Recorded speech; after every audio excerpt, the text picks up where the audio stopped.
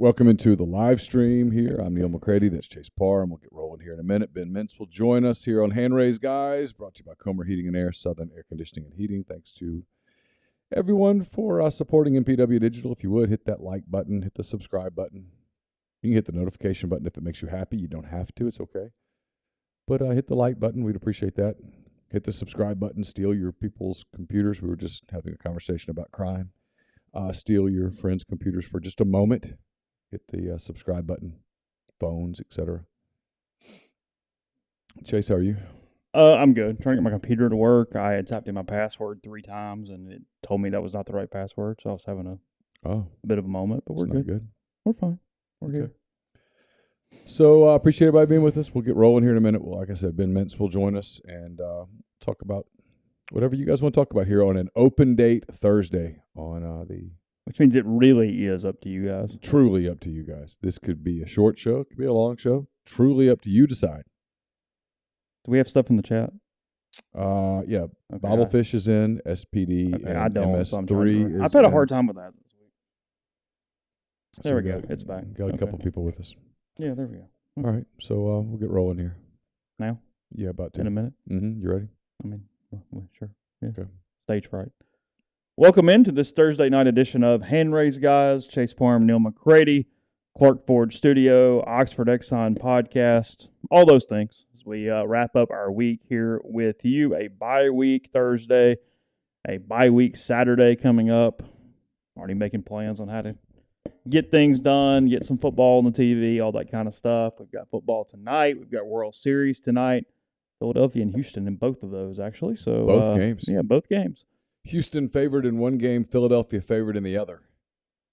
Got to wonder if you offered the people of Philadelphia, hey, you can have this game or you can have the Eagles game. Which would you take? The Phillies. I think they take the Phillies. I think. Come on. Eagles are undefeated. It means you can give one up. Yeah, I think you're right, but football's big, man. Football's big. Do you really think they would agree to go to 7-0 or whatever instead? 8-0, whatever? I've asked people this week who know, and they'll tell you that the Eagles are just more of a religion than the Phillies. And the Phillies are a religion. The Phillies are supported well there. I will give the city of Philadelphia credit tonight. The Eagles uniform, just fantastic. The Phillies going with the old school throwback Columbia blue with sort of the maroon reddish Phillies insignia. You like that? It's really nice. Really, really nice. We're brought to you by Comer Heating and Air, Southern Air Conditioning and Heating. If you are in the Oxford or Tupelo area, I know it's warm out today. 80 tomorrow. No one's thinking about their heating right now. You will be when it goes out. But it's going to get cold. It always does. I've lived here 15 years. Every one of those 15 years it got cold. And when it does, you want to turn that heater on. You want to make sure it's ready to roll. If you live in the Oxford, Tupelo area, call the people at Comer, 801-662-1777. If you live in Memphis, Hernando, I don't want to talk about South Haven right now. I'm still a little sour about last night. If you live in didn't go well. Just last 30 Had seconds. some moments. We gave up a goal in the last 30 seconds to lose. Oh, really? Yeah, it was tough. It's been a week. We beat DeSoto County, and then we lost DeSoto Central, then we lost to South Haven. I was reading the MSSAA classification numbers today, and DeSoto Central is the newest, largest school in the state. Yeah. I did not know that. Well, we kicked that ass, 2-1. Southern Air Conditioning and Heating, 662-429-4429. It's a Chicago Bears shirt, Ryan. Maybe it's an Auburn shirt. Who knows? I mean, there's a lot of Auburn talk around. I believe in monsters, Auburn. Okay. You know, we could get there if we tried hard enough. Yeah, it's been a Halloween week. We talked about ghosts and monsters. Just saw Laramie Tunsil. We talked about him today on McCready and Siskiyou. We did a little bit. I talked about Laramie on a podcast today too. How about that? I did. But his ears are burning. Let's see. I'm working in the Clark Ford Studios. 662-257-1900 is the number. Call it. Ask for Corey Clark. Tell Corey what Ford product you're looking for. He'll send you a quote within 15 minutes in business hours, right to the bottom line. No hassle. No haggle. You get your quote. The rest completely up to you. You can shop that quote around. You can do what I've done, what I recommend that you do, and that's hop into a Clark Ford today. 662-257-1900. Ben Mintz will join in a moment on the Rafters Music and Food Hotline. Rafters on the Square is the perfect place for your Christmas party or gathering that can accommodate parties of 10 to 500. Great food with a Cajun flair. holiday drinks in a festive atmosphere. Call Genie, 601-842-0948, 601-842-0948 to request a catering menu and reserve a date. Earlier the day on the network, McCready and Siskey, presented by Rain Total Body Fuel. Also by Walk-On's Sports Bistro. Walk-On's puts everything they've got into bringing you game day with the taste of Louisiana. Dig into their mouth-watering, made-from-scratch Louisiana cuisine. Po' Boys, gumbo, voodoo shrimp, juicy burgers, fresh salads, all in front of 70-plus TVs, 40-plus ice-cold beers on tap. Visit them today in Oxford or Ridgeland. We also have the Butcher versus the Spin instructor. Greg Jones, Campbell McCready gave their picks for the weekend ahead. That's brought to you by LB's Meat Market, LB's 2008 University Avenue in Oxford. All of the freshest cuts. Everything you could be looking for. It's beef, chicken, pork, house-made sausages, jalapenos, mushrooms, bacon-wrapped asparagus, so much other stuff as well there at LB's Meat Market in Oxford. We headed into Oxford this weekend. Remember the Blue Sky location giving away 7 official Ole Miss game day football jerseys. Every single purchase gives you another chance to sign up and take advantage of that and have more chances to win. Just go in, buy lots of different things, separate purchases, chances to win jerseys. 2 more to go, Alabama and Mississippi State. I would assume Alabama is going to be a powder blue jersey, and then I think that's safe. I don't know what they're going to do with State. It beats me. Jose Altuve leads off Game 5 with the triple off the right center field wall off Noah Syndergaard. 2016, this would have been an elite pitching matchup. And as it is, it's a good one, but Justin Verlander. That was not very well played there at all. Brandon Marsh did not play that ball well at all. That was pretty poor. Yeah. I guess it's not really a teaser because it's not what we talked about most of the time, but I recorded a podcast that will run, I don't know, somewhere on the network. I don't know what we're going to do with it yet, with Javon Patterson today, the former Ole Miss football player who's now in charge of former player relations for the Ole Miss Athletics Foundation. And I was asking him just kind of in college, most difficult people to block and different things. And his answer was Myles Garrett and Jeffrey Simmons. He said when they moved Myles Garrett down into a 3 technique because of his speed, even at that spot, that was a severe problem when they moved him inside. Yeah, I can see that. I could see Myles Garrett being a severe problem. So that dovetailed into Laramie, almost kind of mocking Myles in College Station. All right, Philadelphia, and we're not going to do live play-by-play here. I get that. Philadelphia, in the first inning, played the infield in with man on third, nobody out. Gave up a base hit. Instead of it being 1-0 with 1 out, it's 1-0 with a man on first. They are infield in the first? Infield in with nobody out and a man on third in the first inning. Are we that scared of 47-year-old Justin Verlander today? I mean, what are we doing? I don't know. That's weird. You know, the knock on the Phillies is defense, and everyone always says whatever your Achilles heel is going to come back and haunt you. And you have to overcome that. And here we are. That was weird. It was really weird, wasn't it? Yeah, I don't understand it. I mean, if you don't give up another run here, it's okay. But if that run ends up scoring like in some makeshift fashion, that's on you. Yeah, it may not matter, but still. That's weird. I mean, you're throwing more pitches no matter what. Just bizarre. No one seems to be talking about it on my Twitter. Well, it just happened. Well, okay. They're all streaming, so they'll see it in 55 seconds. App State, Coastal Carolina tonight. We don't have 3 TVs in here. If we did, I would put that on. I'm not sure I even want 3 TVs. I guess I could put one right there. Well, there's really no point. I mean, like we've said, if you're going to do one, it's like over there, but I don't. I actually talked to someone today about redoing this room. Completely? Completely. It will depend on the price. Well, in a perfect world, we're in the one shot with the one table. Yeah, yeah. That's the... I don't know that when we started this, we thought it would be this much of a deal. Well, I mean, when we first started this thing, I was usually sitting on a couch over there where you were with the computer just kind of propped up on some stuff. And it was what it was at that moment. So, yeah, there's a way to do it, but it's complicated.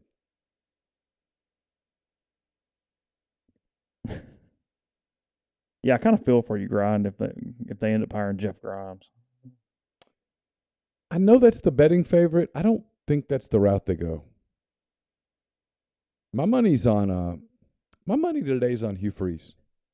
You've been on that for the last couple of days.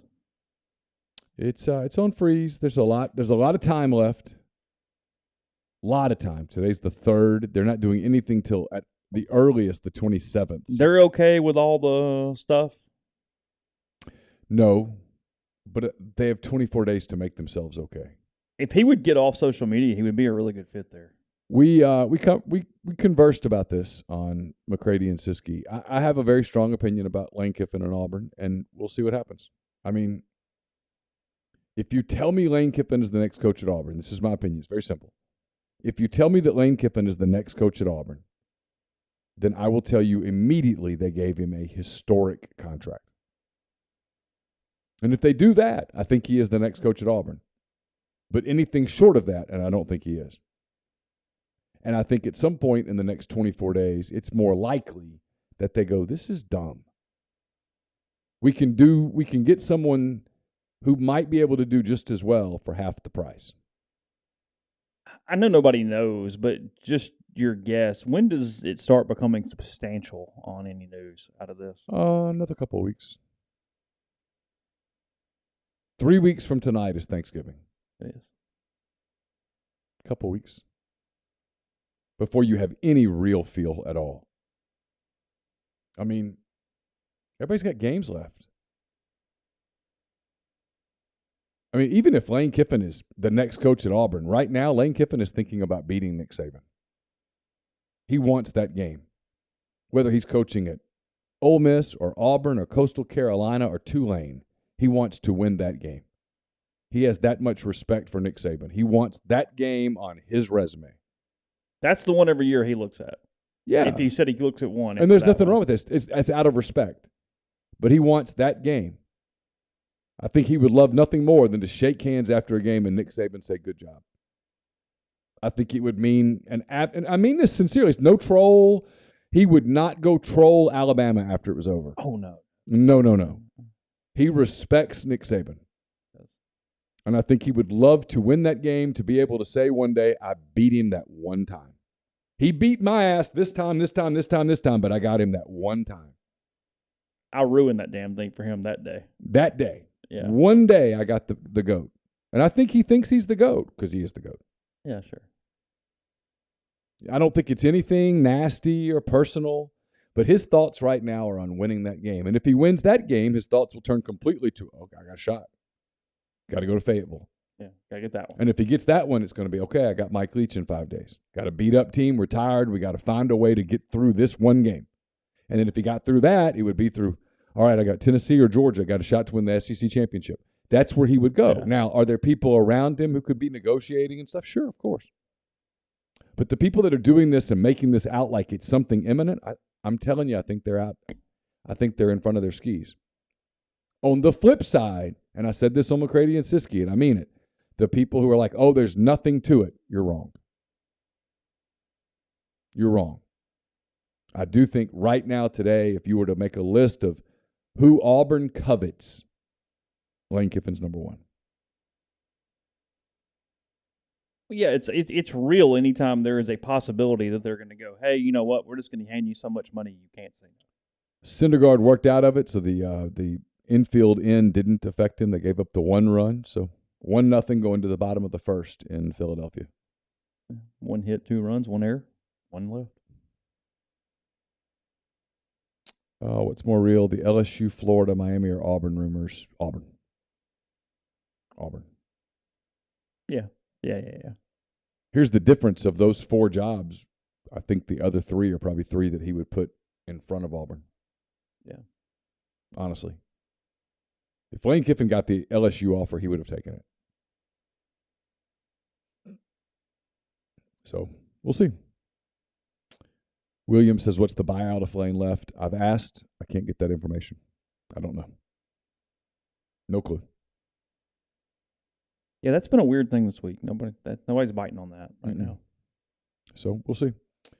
All right, we'll deal with that in a little bit. I'm going to talk to Ben Mintz here in a moment with Barstool Sports. We'll come back on the other side. We will take your calls. It's going to be one of those nights where you guys decide how long we're here, how not long we're here. We'll leave that completely up to you. But first, we'll visit with Ben Mintz, as we always do every Thursday on the Rafters Music and Food Hotline. Our friend Ben Mintz, Barstool Sports, joins as he always does each and every Thursday night. Benjamin, welcome into the show. Hope you're doing well. Yeah, I'm doing well, Neal. I always enjoy coming on, and especially this week after what a just thrilling win that was for Ole Miss in College Station. And when you really looked at it, when Ole Miss was 7-0, you have at LSU at A&M.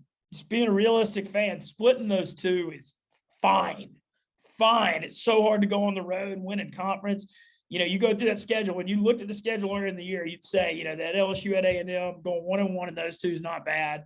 And now to be 8-1, headed into the bye week, getting healthy, it's just, a lot's been said about Lane Kiffin and the job of the players and staff, but we're still not saying enough. Just to be 18-3 in the last 21 regular season games, it's just it's uncharted territory, and I hope people are enjoying it as much as I am. Been a lot of talk here this week, a lot of angst in some quarters, confidence in other quarters about whether or not Auburn pursues Lane Kiffin. Would Lane Kiffin go? What's just kind of your thoughts from 30,000 feet in New York? My thoughts from 30,000 feet. And look, people can clip this and laugh in my face because obviously, everybody always remembers the Tuberville, Ole Miss, Auburn, Pine Box thing. Look, I'm not naive thinking Lane Kiffin's going to be in Oxford, Mississippi forever. I think you can look at his entire career and you can understand that. However, I don't think he'll go to Auburn. I just think there's too much. I know they just hired John Cohen as AD, but they've got all that weird stuff with all their boosters and that athletic program. And, there will come a day when Lane leaves, but I just can't see it for Auburn in this current state and condition it's in now. I know Lane's thing, he's so reliant on the transfer portal that it's a lot more of a year-to-year thing. He's not, for example, not getting Arch Manning. He's not having to say, hey, I'm going to be here the next 4 years. Lane's thing is totally year-to-year transfer portal. And I know, wherever he goes, he can bring his resources and get people in quick. But I don't know, maybe I'm naive, but I just think Auburn's a really dysfunctional place and everything with Bama. And I don't know. I just don't see him leaving Ole Miss for Auburn. It's just my 10-cent view of it. And I think Lane's very smart. I know a lot's been made about the Grove Collective this week, getting over 2,000 members. He's using this like, hey, Ole Miss, you want to keep me? You got to throw down money, prove that I can be on a level playing field with these top, power schools. And I love seeing how Ole Miss fans have responded this week. I think it's a great thing. All right. Speaking of people leaving and moving and that kind of thing, you told us last week that you agreed to a new long-term deal with Barstool, which was awesome. We talked about that. You and I had a career conversation. I can't tell you how many people have reached out to me with, hey, I want my kids to listen to that, from both of you, because both of us have gone through some career adversity, and you have to sometimes just kind of persevere and bet on yourself and push forward and those things. But you announced on Wednesday that you're headed back to New Orleans, kind of full circle. Yeah, this is I'm kind of smiling here to hear talking about it. I'll be honest, man, I've been sentimental all week about it. So Rediscovering Louisiana, or Rediscovering America, the Louisiana edition, came out last night all over the Barstool YouTube. And if y'all had a chance to see it, you're going to have a lot of thoughts. There are a couple scenes in there that are about as wild as you can imagine, running around New Orleans and Baton Rouge and Cajun country. But the premise of it was me going back with Donnie and Nick and KB, kind of going back to my time in NOLA, where things went a little wrong. And there's always been a NOLA redemption theme to my story. I left New Orleans in early 2014. I've shared it. That was the low point of my life. I was in debt. That's when I went back to Ole Miss. I bottomed out of the poker world, and I probably, got a little wilder than I should have in NOLA, as many have before and after me.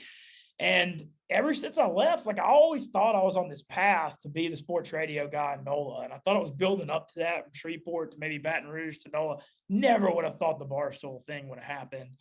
But now, where I am in Barstool, I got the 3-year deal. I obviously have the confidence of Dave and Erica. I'm a really good role player in this office. I can be on a lot of stuff. I'm on shows, I'm on whatever. I'm not one of the main guys, but I'm a solid team role guy. I think in the South, I can really take off. I'm going to get out, take it to the people. I'm really the first Barstool South employee to get this opportunity. And, you look at all the Barstool sports books, Lake Charles, Baton Rouge, they're going to build one at Margaritaville, Bossier. And man, knock on wood, huge thing. Hopefully Mississippi gets this online app in the next year or two. That would be a big thing. And, we could be in Louisiana, Mississippi, and Tennessee. But, I really think that I'm going to take off. And, I've just always wanted the NOLA redemption. And I'll say this, what's my mission in NOLA?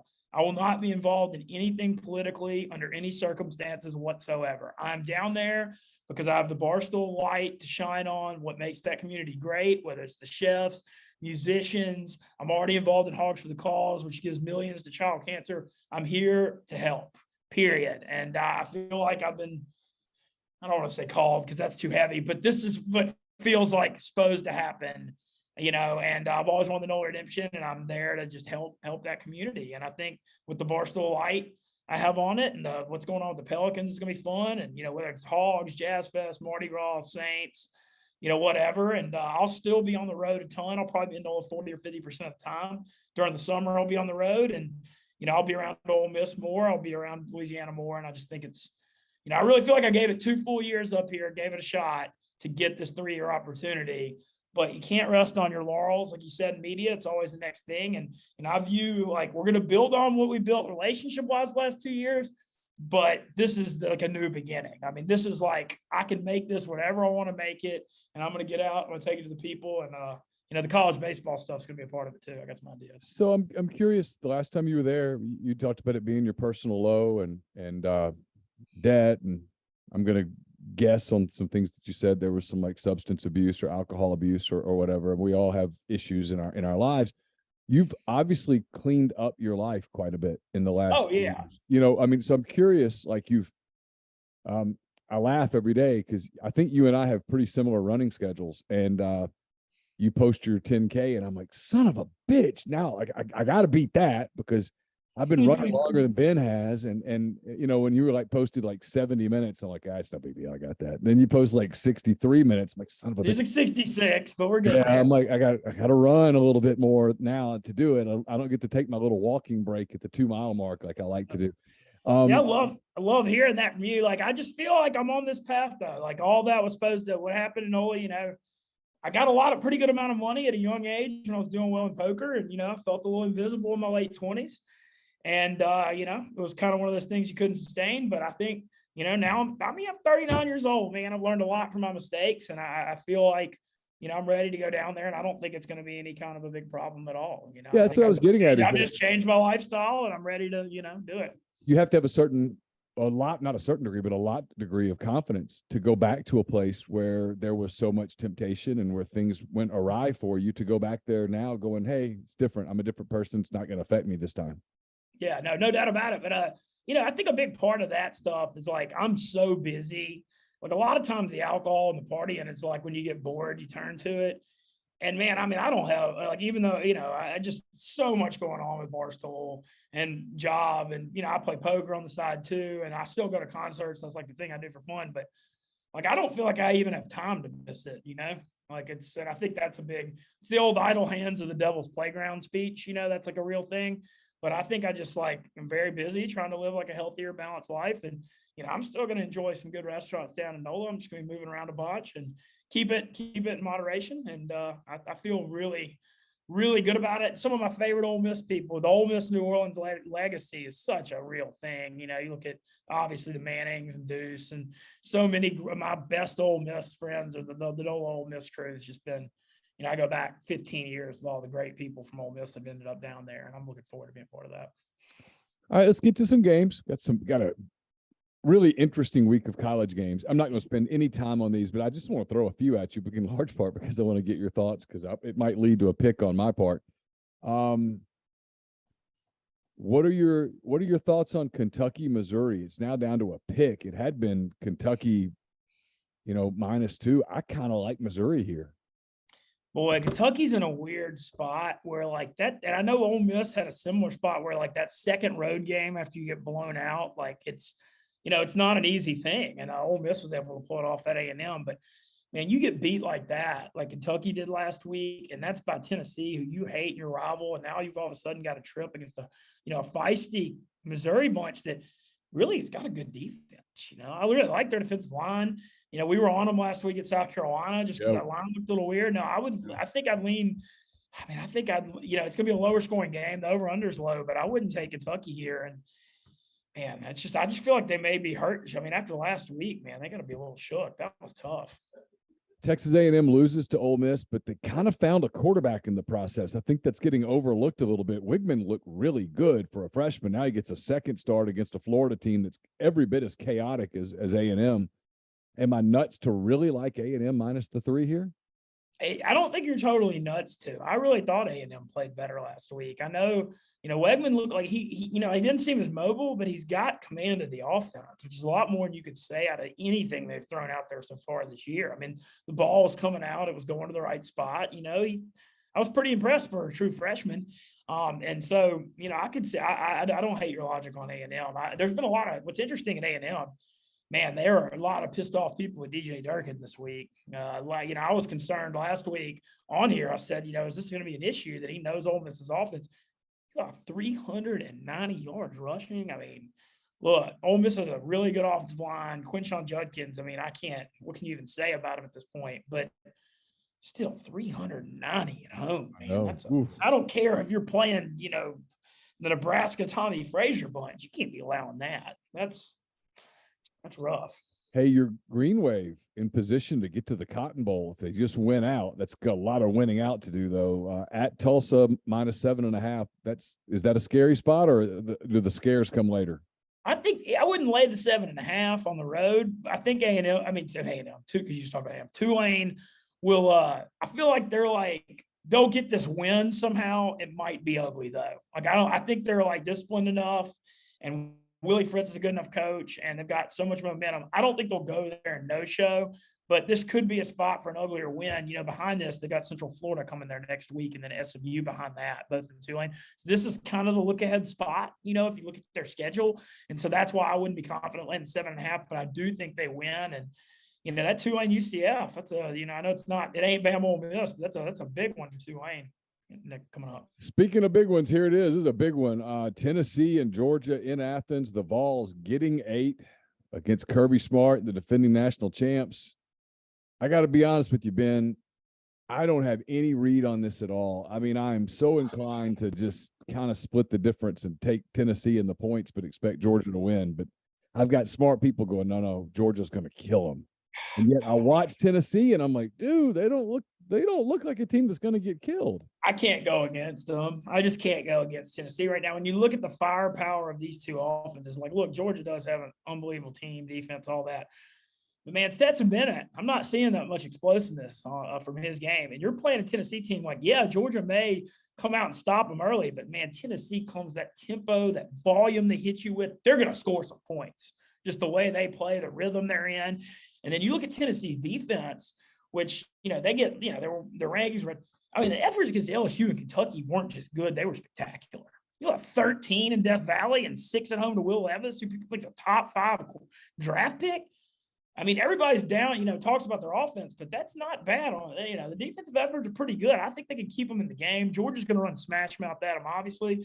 But I still lean Tennessee in the points. And, Neal, I'm not saying Tennessee 2022 is LSU 19, but this game reminds me so much. It's the same week of when LSU went to Bama. They were +7. LSU hadn't beaten Bama in 8 years. Tennessee hadn't beaten Georgia in 6 since 2016. They've been waiting to beat them. I feel like there's a very similar vibe in those two games that I'm kind of feeling a little bit. Some of the numbers this point of the season between 2019 LSU and 2022 Tennessee are kind of eerie as well. Halloween was just a few days ago. You look at it, you're like, oh, that's a little spooky because that's very similar. And Hendon Hooker having a Joe Burrow kind of season. And, Jalen Hyatt's going full Chase or Jefferson. What's he got, 14 touchdowns of the 20? Hooker's thrown 21 and 14 have gone to Jalen Hyatt. The Heupel thing, we've seen some good coaching jobs in our day, but, man, to have the Tennessee Volunteers number 1 in what are we seeing here, man? This is – he hadn't been there. Was it second year? I don't know. This whole thing, it really shows you what's so interesting about college football right now, and why the A&M fans are freaking out. You see Lane in year 3 winning 9-10. You see Heupel in year 2. You see Brian Kelly in year 1. Because the transfer portal, you don't get the 2 or 3 years to fix this thing anymore, especially at these schools, because you can poach players. A&M fans, I see why they're losing their mind at Jimbo. You're on year 5, and this is what you're seeing? It's crazy. Oh, for sure. Sam Pittman's on year 3 in Fayetteville. They had a little stumble. They've won 2 in a row since then. They get a chance to get to 6-3 here against Liberty. They're laying 13.5. I think the Hogs win. Vegas thinks the Hogs win. I kind of think Arkansas rolls past this number. What do you think? Well, so this is one of those spots. Okay, it looks like a look-ahead Arkansas spot because they got LSU and Ole Miss next too. Yep. They're both coming to Fayetteville. However, I don't know that I say this is a look-ahead spot because they struggled early in the year, and now they got momentum. They're probably just fired up to play. And you remember the Ole Miss Liberty game last year? Like, I feel like Liberty doesn't have Malik Willis this year. Yeah, they beat BYU. Hugh Freeze is always a sticky underdog. But I hate to sound like this, but I think Arkansas is getting it together right now. And, as the weather gets colder up there too, and the smash mouth and power they run, I think both LSU and Ole Miss have got extremely tough trips to Fayetteville coming up next few weeks too.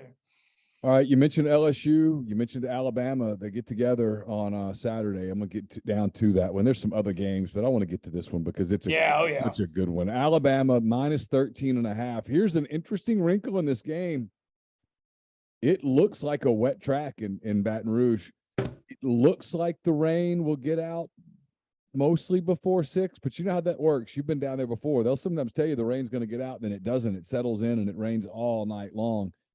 Who does a wet track favor, and then what do you think about this game? I don't think a wet track favors LSU. I know the one thing, though, okay, few factors break down.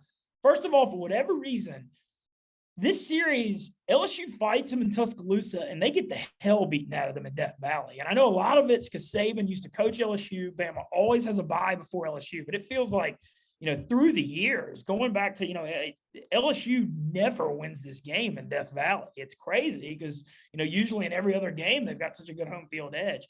But, man, I can't lay 13.5 of what I've seen out of Alabama. I know they're coming out of a bye, and they'll be ready, and they'll be healthier. Same. But they're not, you look at their road efforts going back the last couple of years. Yeah, they spanked Arkansas on the road, but at Texas, at Tennessee, at Florida last year, lost at A&M last year.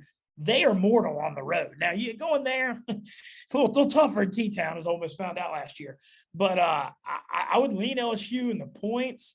I don't know if LSU in year 1 under Brian Kelly's ready to win this game, though. I think it's pretty incredible that they have this opportunity. The one thing LSU does have, though, through the years, Bama's defense struggles the mobile quarterbacks. We've seen it, and Hooker was another one. We've seen that's kind of been Saban's kryptonite a little bit, and Daniels can certainly move. I don't think the wet stuff helps LSU, though, because I don't think LSU's offensive line's that good.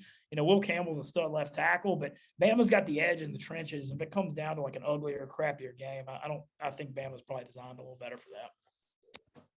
I mean, we'll talk about it next week, but that Alabama-Ole Miss game in Oxford's just got it's got all the makings of drama, right? You've got Kiffin. It's going to be another week of all the Auburn stuff. It's going to be a talking point on the broadcast. People might as well prepare yourselves. It is just might as well just toughen up. It's not going away next week. People are going to get clicks out of that. And then you've got a rested Ole Miss team. You let Lane Kiffin have an extra week to script the first 2-3 drives. Vaught Hemingway is going to be nutty. It's just got a chance to be one of those really wild days where you get into the late third, early fourth quarter, and you're holding your breath because Alabama's going to get theirs against that Ole Miss defense, and it's Bryce Young out there at quarterback, and you're just like, can you stop him just one time? Then can you stop him just one more time? It's got to feel like it's going to be one of those games. I feel the same way, and so much of football is just how stuff sets up. And Ole Miss getting the bye when Bama's got this tough game at LSU is a massive advantage. Lane's going to have so many tricks up the sleeve. Remember the game 2 years ago, 63-49 or 63-48? Ole Miss went up and down the field at Oxford, and that was the beginning of the Kiffin era. Nobody even expected that to happen. Look, Ole Miss has got a shot in Oxford for sure, and Lane's going to have them ready. I'm excited about it. The one thing, you can't. Better be able to run the ball and gash from running because blocking Will Anderson without the Ole Miss tackles is not. That's not fun for anyone. But the way Ole Miss is running the ball and Lane, I think Ole Miss will have a good shot, and I'm looking forward to. I'll be there for sure for that. And I'm just excited. And the Lane thing, I want to address one thing. The Auburn stuff's going to keep coming up. This is part of being a successful program. You knew when you got Lane Kiffin, you're signing up for everything that comes with him, and him doing well. of course, people are interested in him because he's won 18 of his last 21 regular season games in Oxford, Mississippi. So just one of those things you got to deal with. It's a first world problem. Love that people are joining the Grove Collective, though, and trying to help the NIL because that's the best way to keep convince them to stay. Hey, Ben, why is Texas a 2.5-point favorite at Manhattan, Kansas? Man, the Texas power ranking is what it is. They were 6.5 at Oklahoma State. They're just, I don't know, man. It's just I would never take them. K-State's had that edge on them through the years. We saw how well K-State just killed Oklahoma State last week. Man, that was just a bloodbath. I would not take Texas on with this sketchy line on the road right now. I mean, they've already lost to Texas Tech and Oklahoma State. What makes you, why would you trust them in Manhattan, Kansas? Yeah, I'm same way. Clemson -3.5 at Notre Dame. I mean, obviously it's a huge game for Clemson. They stumble one time and they're out. If they win out, they probably begrudgingly get in, even though I don't think anybody looks at them and thinks they're a top 4 team. Can Notre Dame knock them off? I think they could. The line looks like is telling you that Vegas thinks they can. And I think Clemson, I mean, just the playoff committee thing. I'm glad we're getting to expand playoffs soon so we don't have to have these stupid arguments. Clemson being 4 and TCU being 7. I mean, how in God's name can you – I get Clemson's, one of the elite blue bloods is the only reason that I think that you could justify that.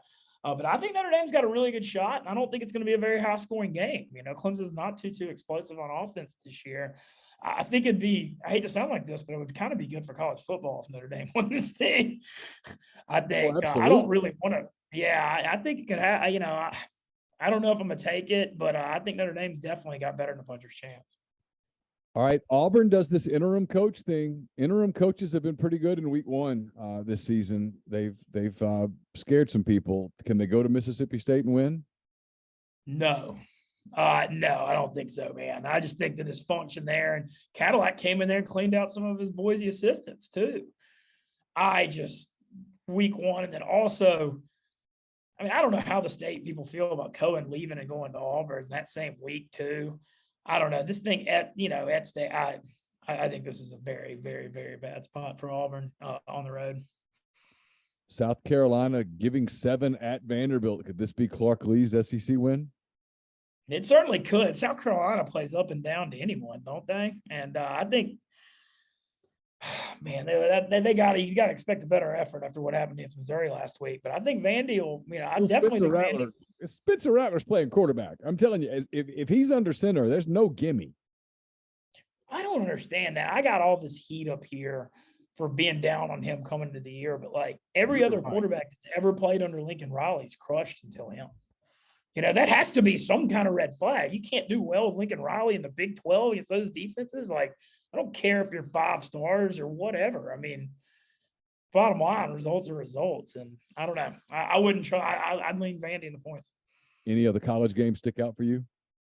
Man, that's most of them. I got to be honest. I've had like an insanely busy week, so I kind of just glanced. I've only done like the once or twice glance over. So that's pretty much what I've got so far right now. And I've looked over the NFL too. So all right, so we'll roll through the NFL real quick. We do it each week. People love it. So we'll go quick this week though, because I'm like you. I haven't spent a lot of time on it yet as we record this. People will be watching this. It'll be the Eagles and the Titans. It'll be too late to bet it by the time they hear this. Eagles a 14-point favorite. Man, I just never, under any circumstance, am I laying over 10 points on the road in pro football. I just can't do that. And I know Houston's not good and Philly's undefeated and all that, but man, laying 14 on a Thursday, yeesh.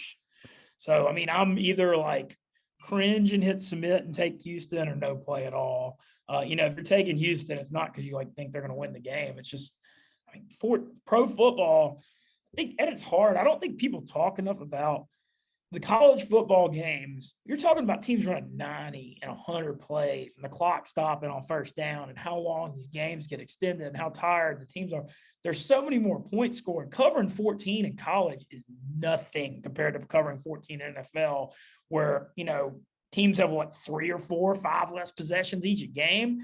You can get up, like if Houston gets up 7 or 10-0, you're all, you're in huge trouble. So I just in general try to stay away from those double-digit spreads, especially when it's road teams. All right, we got one right here. Buffalo on the road giving 12.5 to the Jets. Jets aren't playing terrible football. No, they're not. Man, Zach Wilson, God bless, dude. All you got to do is take care of the ball better than that. But I still would do Jets or nothing here just because of the 12.5 thing. Vikings head to Washington. Elijah Moore stuff, by the way. Yeah. I know he's back there and they're going to get him the ball. Like, love Elijah. Would never say anything negative. Hell, he got me to Barstool, but it's kind of bizarre is all I'm going to say. You know, I know that, and he's right. I know him and Wilson don't have a chemistry and he's not getting numbers, but man, I mean, the Jets hadn't had a lot of success through the years. When you're 4-5-2, you know, that doesn't seem like the time to get off the ship, you know, just my thoughts. I think you got bad advice. I said that a couple weeks ago. Minnesota's at Washington. The Vikings giving 3.5 on the road against the Commanders. I mean, the frisky Commanders all of a sudden. I feel like the Dan Snyder sell the team news coming out this week will inspire this. It's almost like the Indians in Major League back in the day, like their motivation for the bannership, you know. So I don't want to see Dan Snyder stripped down item by item. Leave the clothes on, Dan. I don't want to see anything. I mean, Minnesota's like a big road home win against Arizona last week. I still don't like totally trust them on the road. I know Cousins used to play for Washington. I don't know if that's like extra motivation or what that is, but I feel like Minnesota looks a little suckery there to me. Washington's won 3 in a row. Miami heads to Chicago. This is an interesting game. I don't hate the Bears plus the 5 here. They added another weapon for Justin Fields. He's played a little better lately. They've made some deals on defense, though. Their defense is awful right now, but can they cover 5 points at home against the Dolphins? This is interesting. This is one of those where don't forget we're at the time of year now. Start checking the weather reports on Sunday morning before you place your bets. Because I don't know what it's going to be like in Chicago on Sunday, but I know if it's cold and it's crappy and it's windy and it's rainy, I'm not taking the South Florida team up there in November, ever. They're not designed for that. And if it's like ugly, Chicago could play a power game and, you know, muck it up and have a good chance. I love the Claypool move for Chicago. Notre Dame guy, you know, used to playing in that kind of weather in Pittsburgh and Notre Dame. And, you know, I think he's just a very talented guy. I thought that was a smart move for them to give Justin Fields a chance. And it's, you know, we're taping this on Wednesday, so I don't know what we know about the weekend yet. But just Sunday in Chicago, 64 and sunny. Okay, well, that's good for Miami. But no, I agree. The Bears are kind of feisty right now. I know the only thing is, though, after losing Robert Quinn and Roquan Smith, I mean, their defense, Dallas just torched them last week. So if it's nice weather, it's going to be tough for them to keep up. But I've seen Justin Fields, you got to like what you're seeing. He's been progressing. Carolina heads to a Bengals team that got humiliated on Monday night. The Panthers getting 7.5 in Cincy. This one's the like, Cincinnati looks like the right side because everybody's going to say Carolina's been so frisky the last couple of weeks. That last Carolina-Atlanta game was like, if people didn't see that, what happened there? I mean, speaking of Elijah Moore, DJ Moore taking off his helmet after that long touchdown, the only thing it reminded me of was the Elijah Moore egg bowl. You know, because like you score and all you need is the extra point and you get the penalty you never should get. And in the NFL, it's a 15-yarder. You're talking about what, a 48-yard extra point all of a sudden to win the game. And, you know, he really cost his team on that one. And then obviously Carolina missed the field goal on OT. But I feel like there's going to be a hangover for Carolina. They had a chance to be tied for first in that division. They got gutted. And now Cincinnati, I mean, one of the worst efforts you could ever have on Monday Night Football.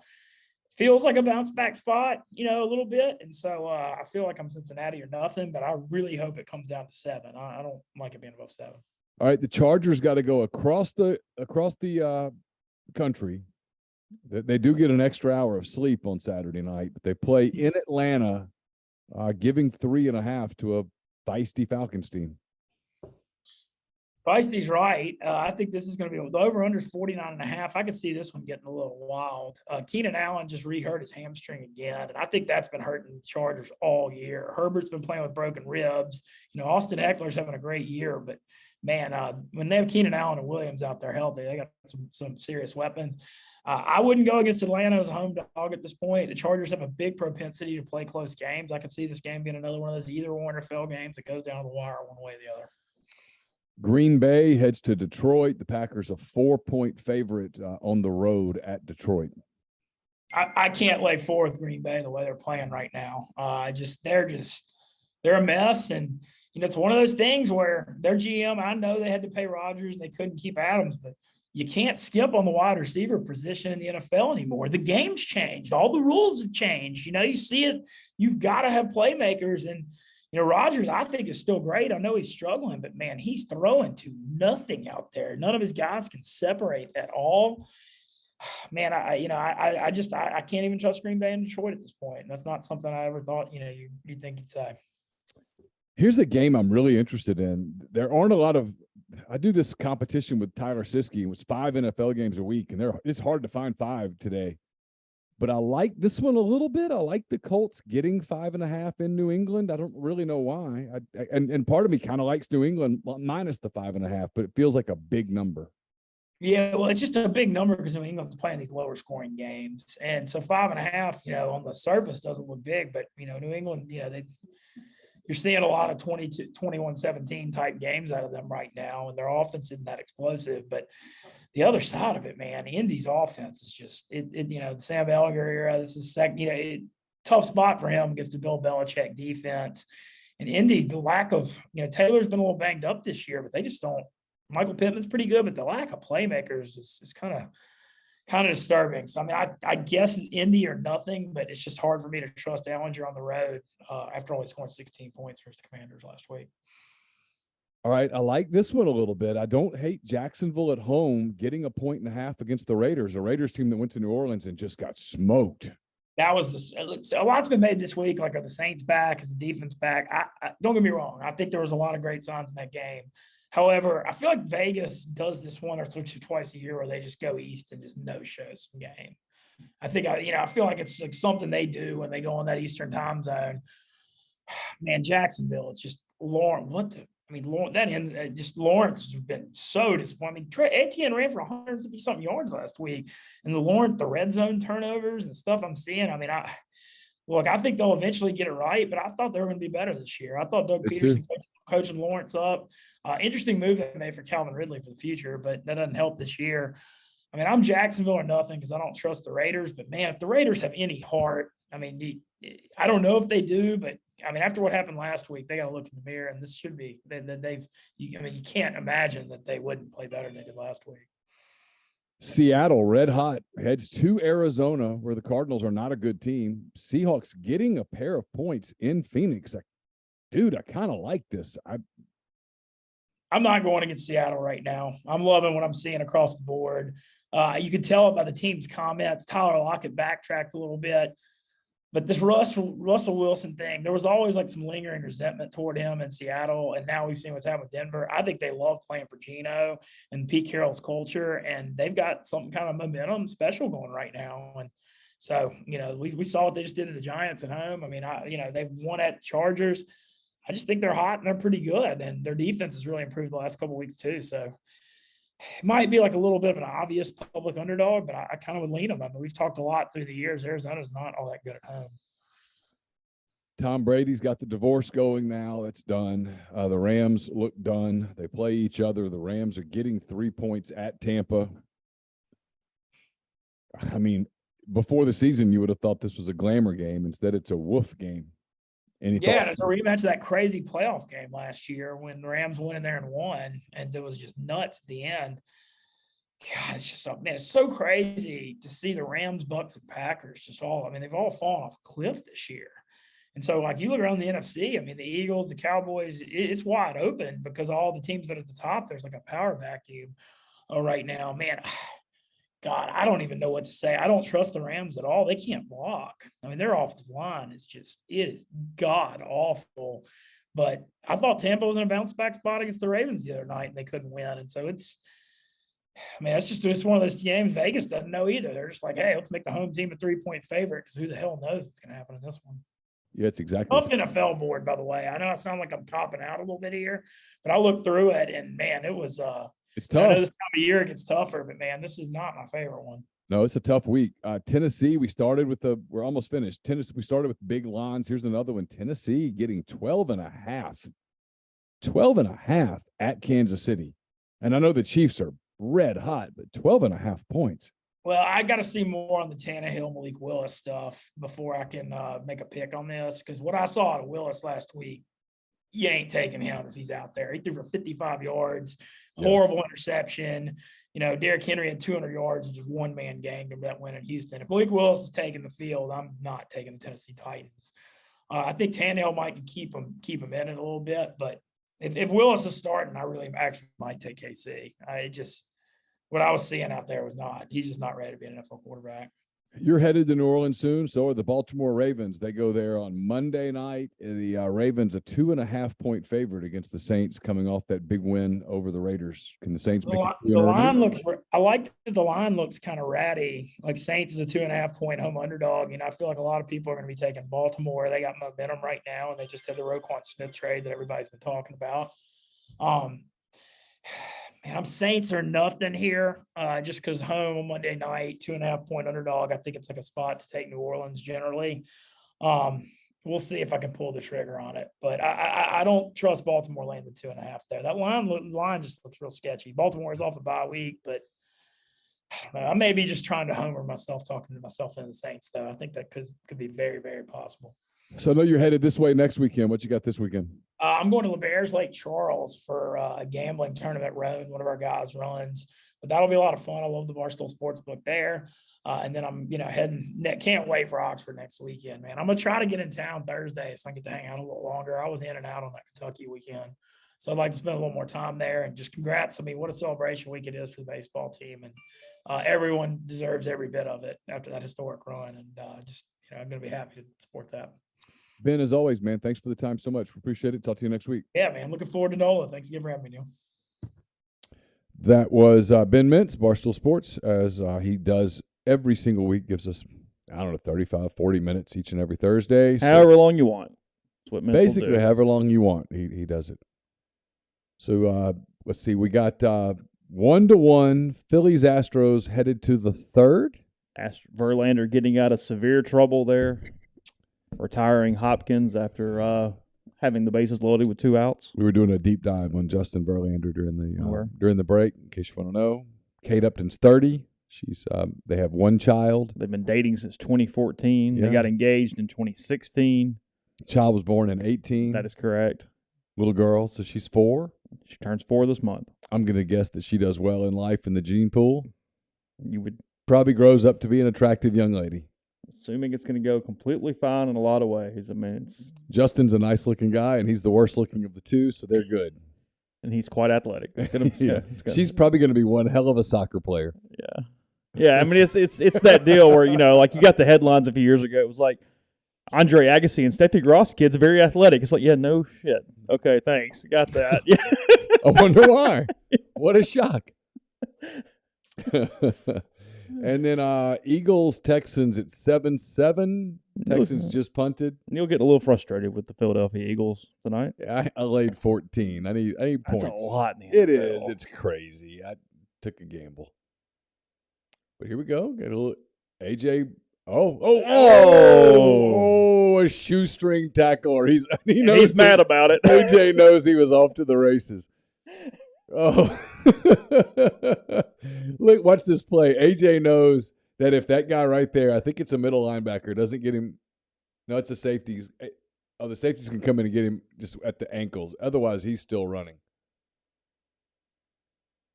I got a shot on the cover in the 14. They got receivers. They got receivers running wide open. I mean, you got to cover AJ and Devontae Smith, and it is a nightmare.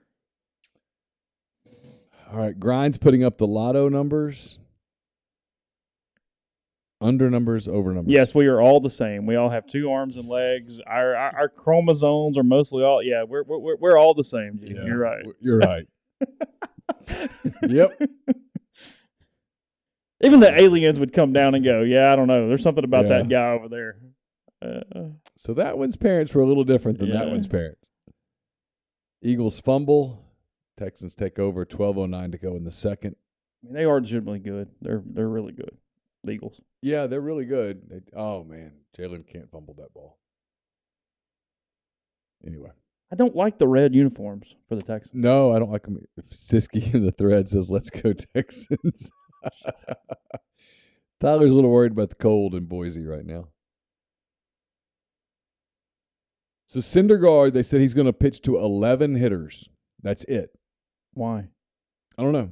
Apparently that's his count. He's going to pitch to 11 hitters, and then they're going to go to their bullpen. And they're going to bullpen game the rest of it? Yep. Day off tomorrow because of travel. Wheeler the next and day. then Wheeler in Game 6. So they're trying to massage a win, and he's going to get out of the. Get out of the. He's going to get out of the third with. Now that's 11. It has to be because they've had two. They scored a run and had a single. That was the 9th hitter, which is not possible. Wait, the inning's still going. Never mind. Oh yeah, but I thought there were 2 outs in the third. Yeah, he can't go into the 4th if he's facing only 11 hitters. So he's got 2 outs in the third. He has 1 hitter left to get to an 11th hitter. Yeah, because that would be 9 outs, 2 on base. Someone says Mark says I like Citizens Bank Park. I've never been there. I've talked about going to Philly. I've never been to Philadelphia at all. It's on our short list. I've flown through it, and that's it.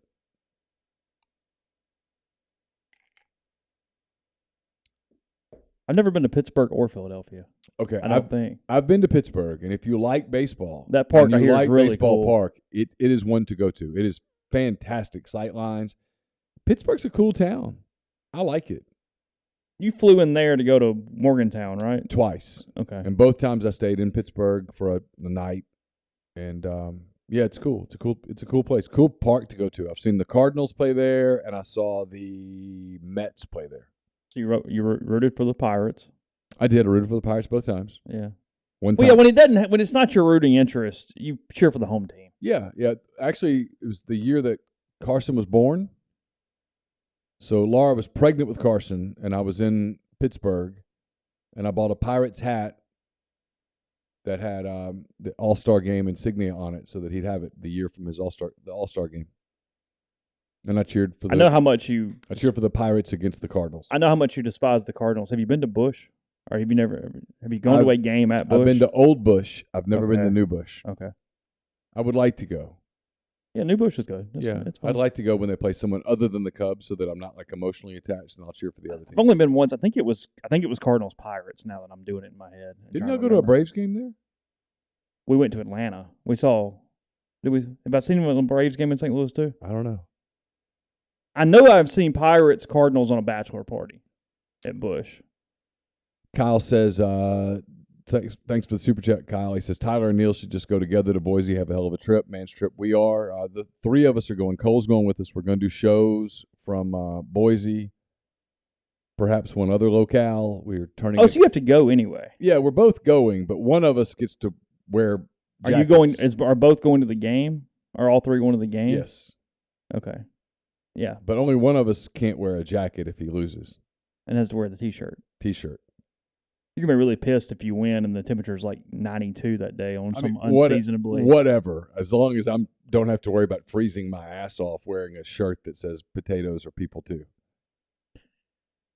Have you already picked out how to get that shirt or what it's going to look like designs? It's going to be pretty basic, I think. Is it? Yeah. No logos? Played with the idea of a logo, but you know how merch is. Merch is kind of weird. I mean, you could put our logo in the middle of it. We have a potato. We could put the potato on there and have our potato flying around with potatoes or people too. In fact, that's a thought.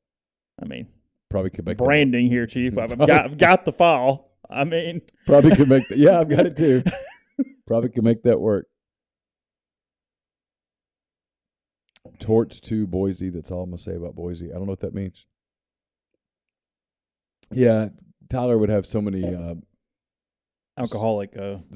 Tyler's a big Miller Lite guy.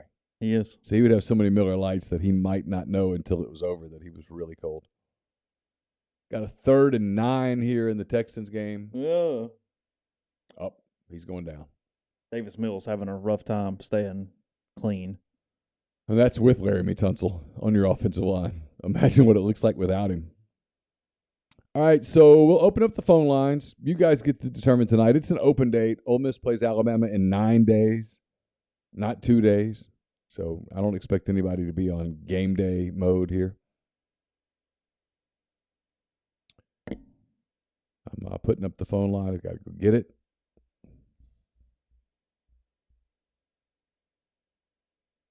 What's the Oxford score? Do you know? Last I saw was 15-14 Chargers. Okay.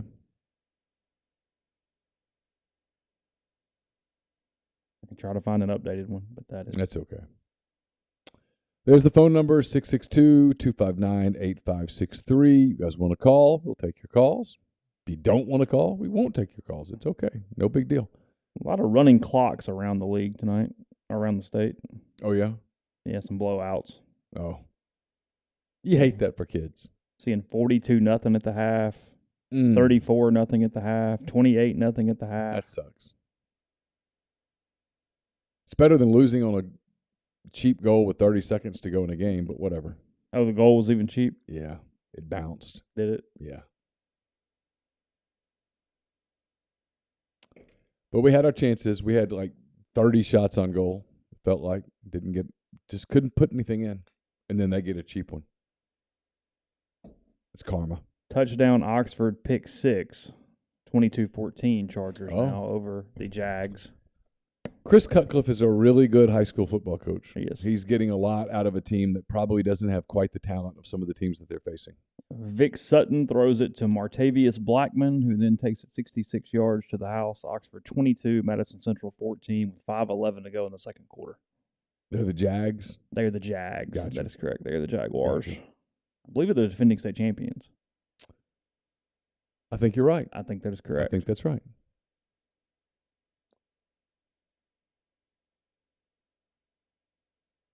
Justin Verlander to JT Realmuto. Two guys that are pretty good football players. Yeah, look at Siski updating us in the thread. Tyler turning into a media guy. I told you. Overnight. Overnight turning into a media guy. Well, I take a nerdy Ole Miss tight end depth question. Sure, Drew. Go for it. Why not? I mean, we're here.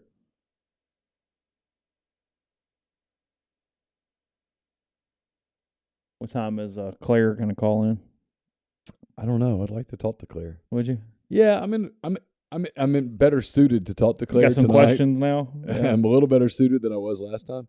My one regret is when Claire said, "Now, who is this?" I should have said, "Hold up. I'm just going to go get a bottle right now."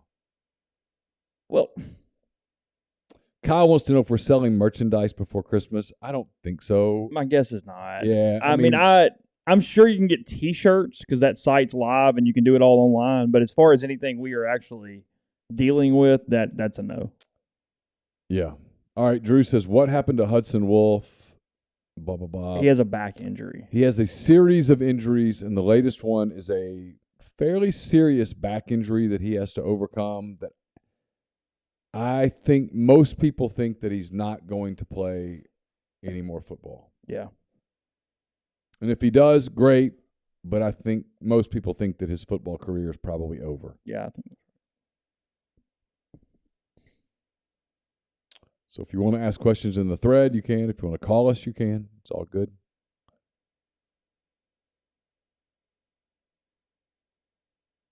Where are we trying to play golf? There's a question about Country Club of Oxford for unaccompanied. I have some friends going to the Bama Ole Miss game, want to play that Friday morning, willing to pay whatever. They typically would like for you to be there with a member, but, I mean, you definitely need a member to set a tee time and get you on. After that, it gets a little fuzzy. Brett says, "What do y'all?" If you're a message, look, here's the deal. If you're a subscriber in Rebel Grove, just put a thread up. Somebody will offer to take you out there. Yeah. That's not a complicated deal. Brett says, "What are y'all's thoughts on the collective Grove NIL with the growing members?" You need as many as you can get. Yeah, Keep going. You need all you can do. I know they've hit a couple big donations lately too. Those are the ones that are really moving needles, and that's not to minimize any of the rest of it. Need the big numbers in addition to the. What's up, Jarrett? Hey, Neal. Chase, how's it going, guys? Good. How are you? Not too bad. Just got the baby in the tub. So, Well, keep an eye on. regular old Thursday night stuff. Please don't let us be that. What's that? Keep an eye on the baby in the tub, please.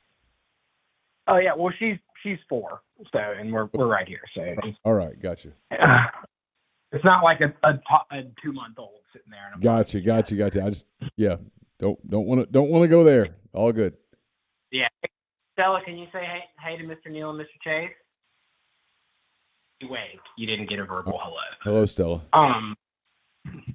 So y'all were talking earlier this week about Lane would take 8-1 if you offered him if he knew that nobody would ever find out. So and I agree with you. So let me ask you this. Is there a stat that I could tell you? So like the football guys come down and say, hey, I'll give you 8-1, or I'll tell you one stat about the first 9 games. And based on that stat, you can make a decision whether to go 9-0. What would the stat you would want to know be? I don't know. Listen, I think the honest answer is if you had told Lane Kiffin 8-1, he would have been thrilled. He would have jumped at it. Like he would have cut it. Yeah, I mean, he would cut himself to sign it. Is there a stat that would tell you not? No. I mean, not that I can think of. I mean, 8-1's really damn good given what there's skill and the lack of depth in some spots. And no, I think the only thing I can think of is saying your defense is top 10 in total yardage through the first 9 games. Maybe he would think about it because he would have confidence in his offense to win a lot of games with a defense that was that good. Oh yeah, I see what you're saying. Yeah, I guess, but I think he would. Well, for doing that, give me scoring defense. Yeah, I think he would have known that wasn't the case. Right. Yeah. All right, and you guys know what week it is. So first, I have to ask you who you got in the most important game this week. We all picked. I think we all took Air Force. We all took Air Force. Smart. And then, so then here's some trivia, and I'll tell you the answer is not the Commander-in-Chief's trophy. What is the heaviest trophy in college football? Ooh, heaviest in all of football. It's not the Magnolia Bowl Cup thing. No, it's not. That's the most beautiful trophy. Okay, not the heaviest. Heaviest trophy in sports. Is it in the Big Ten? Since most are. It's in the same conference as Air Force. Then I have no idea, no clue. I didn't know this, because I started having this discussion with a friend of mine because the Commander-in-Chief's trophy weighs 170 pounds, and so I was like, it's got to be the heaviest one, right? No, it is the Fremont Cannon, which goes to the winner of the Nevada UNLV game. It's like an actual Civil War cannon. How about that? And it weighs no idea. 500 and something. No idea. You could have given me 1,000 guesses and I wouldn't have gotten that. Yeah, me neither. But I googled it this afternoon and that was the result. How about that? That's all right, guys. I need to get this baby dried off and you can stay. So, all right, Jared. Good chatting with you, Falcons, and we'll talk. Bye. The Fremont Cannon Trophy. Kevin, thank you so much for the super chat. Appreciate that very much. The LSU Arkansas trophy, the boot is over 100 pounds. It's a really awkward looking trophy if you've ever seen it. Yeah, I've seen people try to pick it up, and because of the way it's shaped and everything. It kind of shakes, yeah. Yeah. I've seen it up close. One of the funniest stories I've ever seen, the LSU people were like, go find it. We don't know where it is. Go find it. I don't know where it is. And they found it, and they're like, shine it up. And it was too late. Did I see this from somebody a couple weeks ago? It was Tennessee, Kentucky. They used to have like a bourbon barrel or something they would play for, and it hasn't been they haven't used it in years, and it has been sitting under a toolbox in the Tennessee equipment room. Oh, that's for great. Years and years and years and years. That's great. Yes, that did post on DraftKings today. Alabama an early 14.5-point favorite against Ole Miss. Eagles score. So it was right around where we thought. Eagles score with 13. We were all 13 to 14.5, somewhere in there. I thought where it would be. So 14.5 is the line. There you go, Mark. The beer barrel. Okay, yeah, good enough. Headed to the fourth in Philadelphia. It's 1-1 Astros Phillies. The Eagles just got in the end zone. I think he got there. And if that's the case, it's 14-7 Eagles. Yeah, he got in. Touchdown. No issues there. 14 doesn't feel like a big number to me. It's about right. Oh, really, Mark? I didn't know that. Huh. Oh, gosh. That's not good. Not the trophy's fault, though. No, the trophy didn't do it. It's a weird... What year was that, Mark? Bobblefish says tourney or bust for Kermit this year. I don't think it's that simple. I think it's a little more complicated than that. And then look, here's the deal. I'm gonna be honest. Here's a moment of transparency that I don't think you'll get from any other Ole Miss media related affiliate. I think Chase will agree. Hey, caller, hang tight real quick. We'll get right to you, okay? Okay.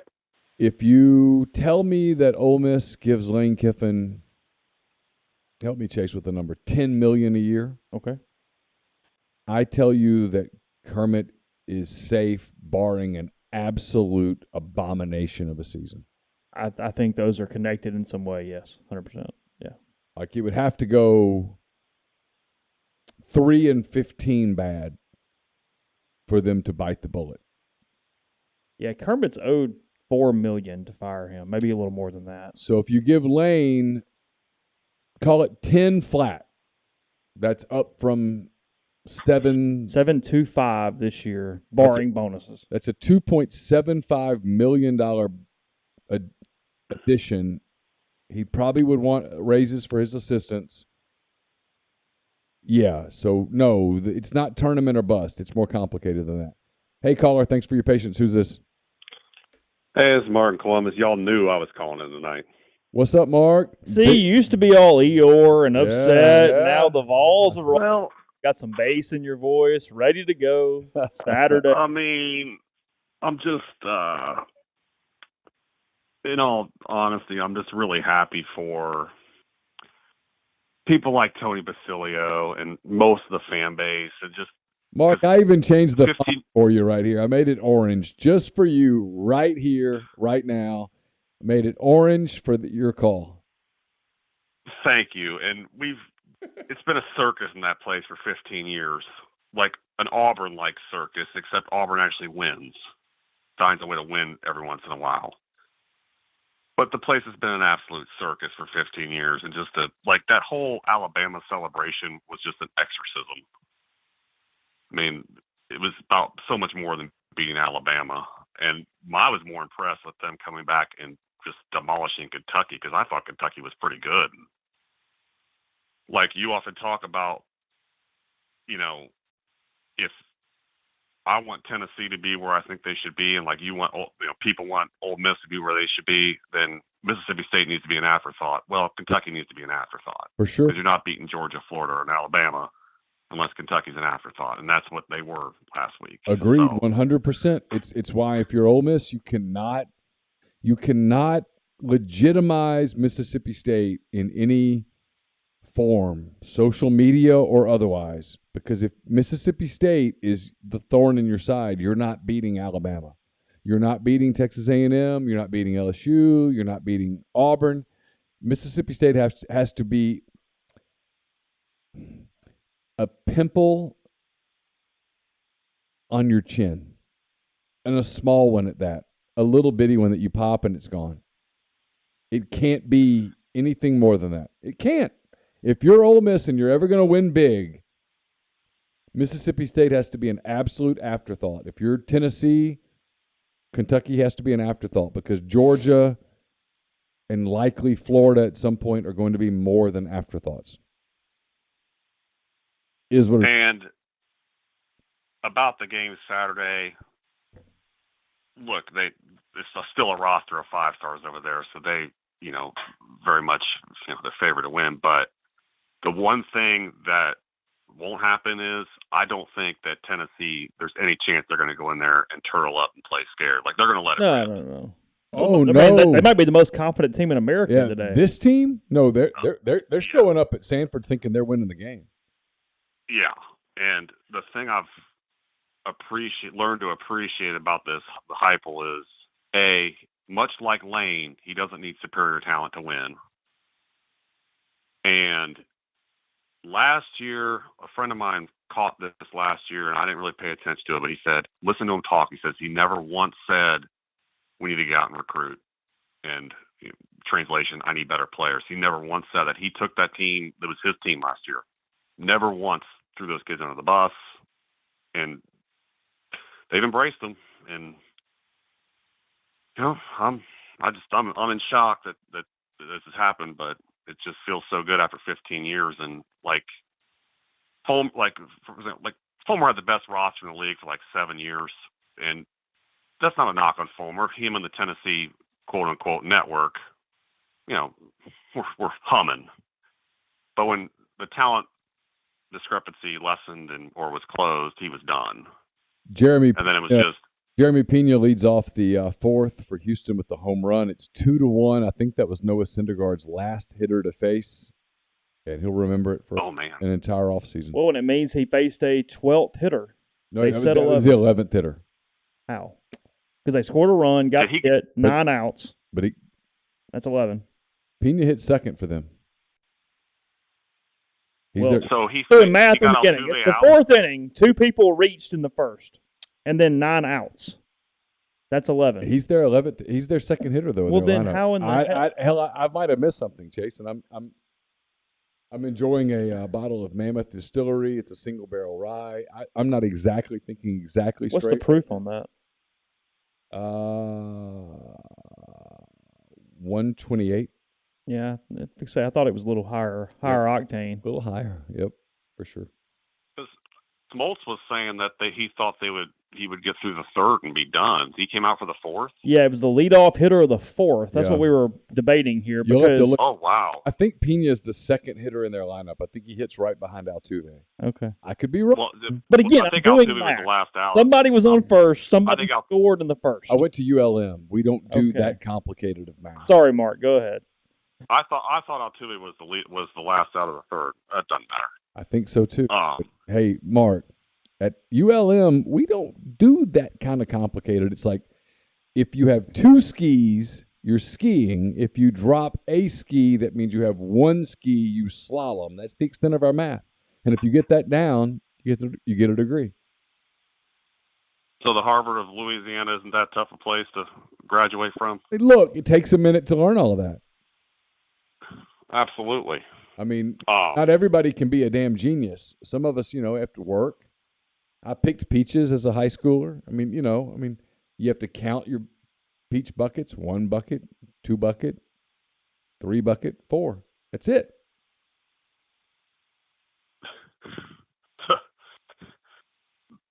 I'm surrounded by Ohio State people up here, and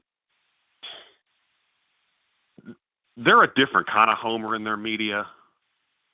Like homers that, root for the team. All right, whatever. These people, their homer, style is they think that team can beat the Minnesota Vikings. And anything you say contrary to that is blasphemy. I don't think they'd beat the Vikings. No, but they honest to God think that, and I'm just sitting there saying, you do know the last 2 times the Big Ten champion went down and played the SEC, they got their eyes beat shut, correct? They don't see, it doesn't register. Because they think that everything in that college football playoff show that was completely meaningless, they think that's all a big ESPN SEC conspiracy. That's why LSU is ranked 10th, so they can give Bama the boost. This is what goes on in their heads, and I got to deal with it constantly. Yeah. They think it's a big conspiracy against Ohio State. That was his 11th hitter because the runner was caught stealing in the first inning. So there you go. Yeah. Okay, that's all I was looking for. Was an answer there. Well, I mean, that's why I have a degree from ULM and you don't. Yeah, that's very true. You don't. You have double my degrees. Can this playoff be 3 SEC teams in Ohio State? No, we did this. Me and Tyler did this today where we tried to come up with a scenario, and it's just not possible. You can't get there. Because I kind of think if Tennessee loses a close one this week, they might still. Bama. Well, the problem it's so long ago. The third team. The problem is Bama. Actually, I feel like had they not lost. Here was Tyler's scenario. Okay. Yeah, sure. Let's see if I can remember it correctly. LSU wins the SEC. LSU, hold up. LSU, it's the only way you get there. LSU wins the SEC.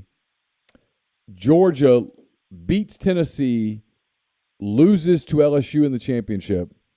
Ole Miss goes 11-1, but doesn't get to go to Atlanta because LSU goes. How many go? And I said 2. So what if Georgia beats Tennessee and then Alabama beats Georgia, and everybody's got one loss. Well, in this, but yeah. Yeah, that's the rub. All right, do that again. Alabama wins the rest of the way. Okay. Wins the SEC. Okay. Georgia beats Tennessee. Loses to Alabama. Okay. Tennessee goes 11-1. Tennessee would get eliminated because it lost to Georgia. So the regular season loser is out Yeah, I think so. under that scenario.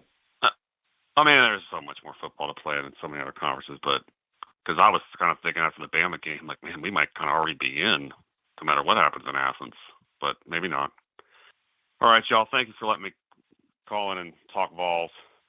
So are you putting money on Tennessee Saturday, Mark? No, I think the line's right. Oh, do you really? Yeah, the most power ratings have it like Georgia between 7.5 and 9.5, and if I were to bet it, I would probably take the Vols. I like the Vols plus but Georgia to win the game. If we can't hold up at the point of attack, I think we're in for a long day. And I see Georgia, I see Kirby saying, you are not going to beat us deep, and we're going to try to make you kick field goals in the red zone. You know, that's the way I see the game. We score touchdowns in the red zone, I think we win. If we are held to field goals, I don't see it. Our back seven's just, that's how we played so good against. Our back seven's not really top half of the SEC caliber as far as speed and athleticism go. We're going to have a big problem with that, the tight end. Both the tight ends. Yeah. But, man, like, I think we, you know, like I said, I think it'll be no turtling up. Like, he's going to let it rip. I mean, there's no doubt in my mind that it's not going to be, you know, we're going to go in this game scared. I think it's a home run. You know. Yeah. Is that a home run? Yeah, it's on the top of the. Hey, Mark, thanks for the call. Good luck to the Vols. Thank y'all. Thanks, buddy. Hey, who do we have? Rodney. What's up, Rodney? Neal, Chase, y'all doing all right tonight? Oh, we're lovely. Watching a little baseball, a little football, talking to you fine people. Well, there's just a couple of things I want to talk to y'all about. Lane going to Auburn. You know, with all the Ole Miss, Lane's done a great job at Ole Miss. Real great. But you know, I wasn't into the bank for him. I would offer him a little bit more, but I wouldn't just go too crazy. And if he goes to Auburn, go to Auburn.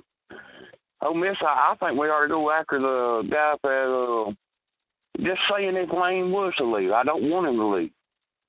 I would go after the offensive coordinator at Arkansas, Browse. Oh, that's a hot take. What do y'all think about? Y'all think I think he'll be all right. I mean.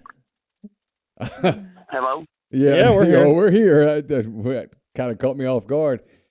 If you told me they hired a coordinator, I would tell you it was Jeff Lebby. And I don't think Lebby. I don't see that at all. So. I don't either. But I don't think it's Kendall Briles. No. I think that our sitting head coach who has had success. Yeah, I do too. What about and I'm just throwing out names now, but I was thinking about that Matt Rule. Yeah, he's a hell of a college football coach. Matt Rule would be on the list, no doubt. Yeah. He actually kind of fits. I mean, don't get me wrong, I don't want Lane to leave because I want him to keep doing what he's doing. But I don't want us to break the bank either. I mean, this is crazy what we're spending out on these coaches. That's true. That is. It's got to stop somewhere, but I just don't. It's a crazy game, like y'all keep saying. Yeah, it's. And we go crazy over our football, especially in the Southeast. Excuse me. What else was I? Oh yeah, Neal, I got another bone to pick with you, brother. I can't believe you do not like Thanksgiving meal. Yeah, it's fine. It's just it's fine. It's nothing special. Have you ever had a good dressing? Yeah, sure. I mean, not stuffing. I'm talking about dressing. Yeah, my mother is a fantastic cook, and it's good. Okay. I like dressing. it's good. But look, if dressing were so amazing, we would have it more often. We don't. And there's a reason for that. Well, that's true too. But It also takes a lot of I think to do really good dressing. Okay, yeah, cornbread dressing. That's- You're right. No. sure, but we have it once a year. Well, I know, If but it were Right. if it were something that everybody craved, might have it 3 times a year. Yeah, we have it just once a year There's a- because that what makes it better to me. on the menu But I can. right now, you can go get all of it you want. I'm good. I'm sure it's not. Now at Christmas every year I do prime rib, baked potato, grilled asparagus. I always look forward to that at Christmas. Yeah, I know a lot of people that do the grill on the Christmas. Are you a cranberry sauce guy on Thanksgiving, Rodney? Oh yes. Does it need to be like real or like out of the can with the ridges is all right? Out of the can with the ridges. I just put it on top of my Yeah. dressing like a condiment. Yeah.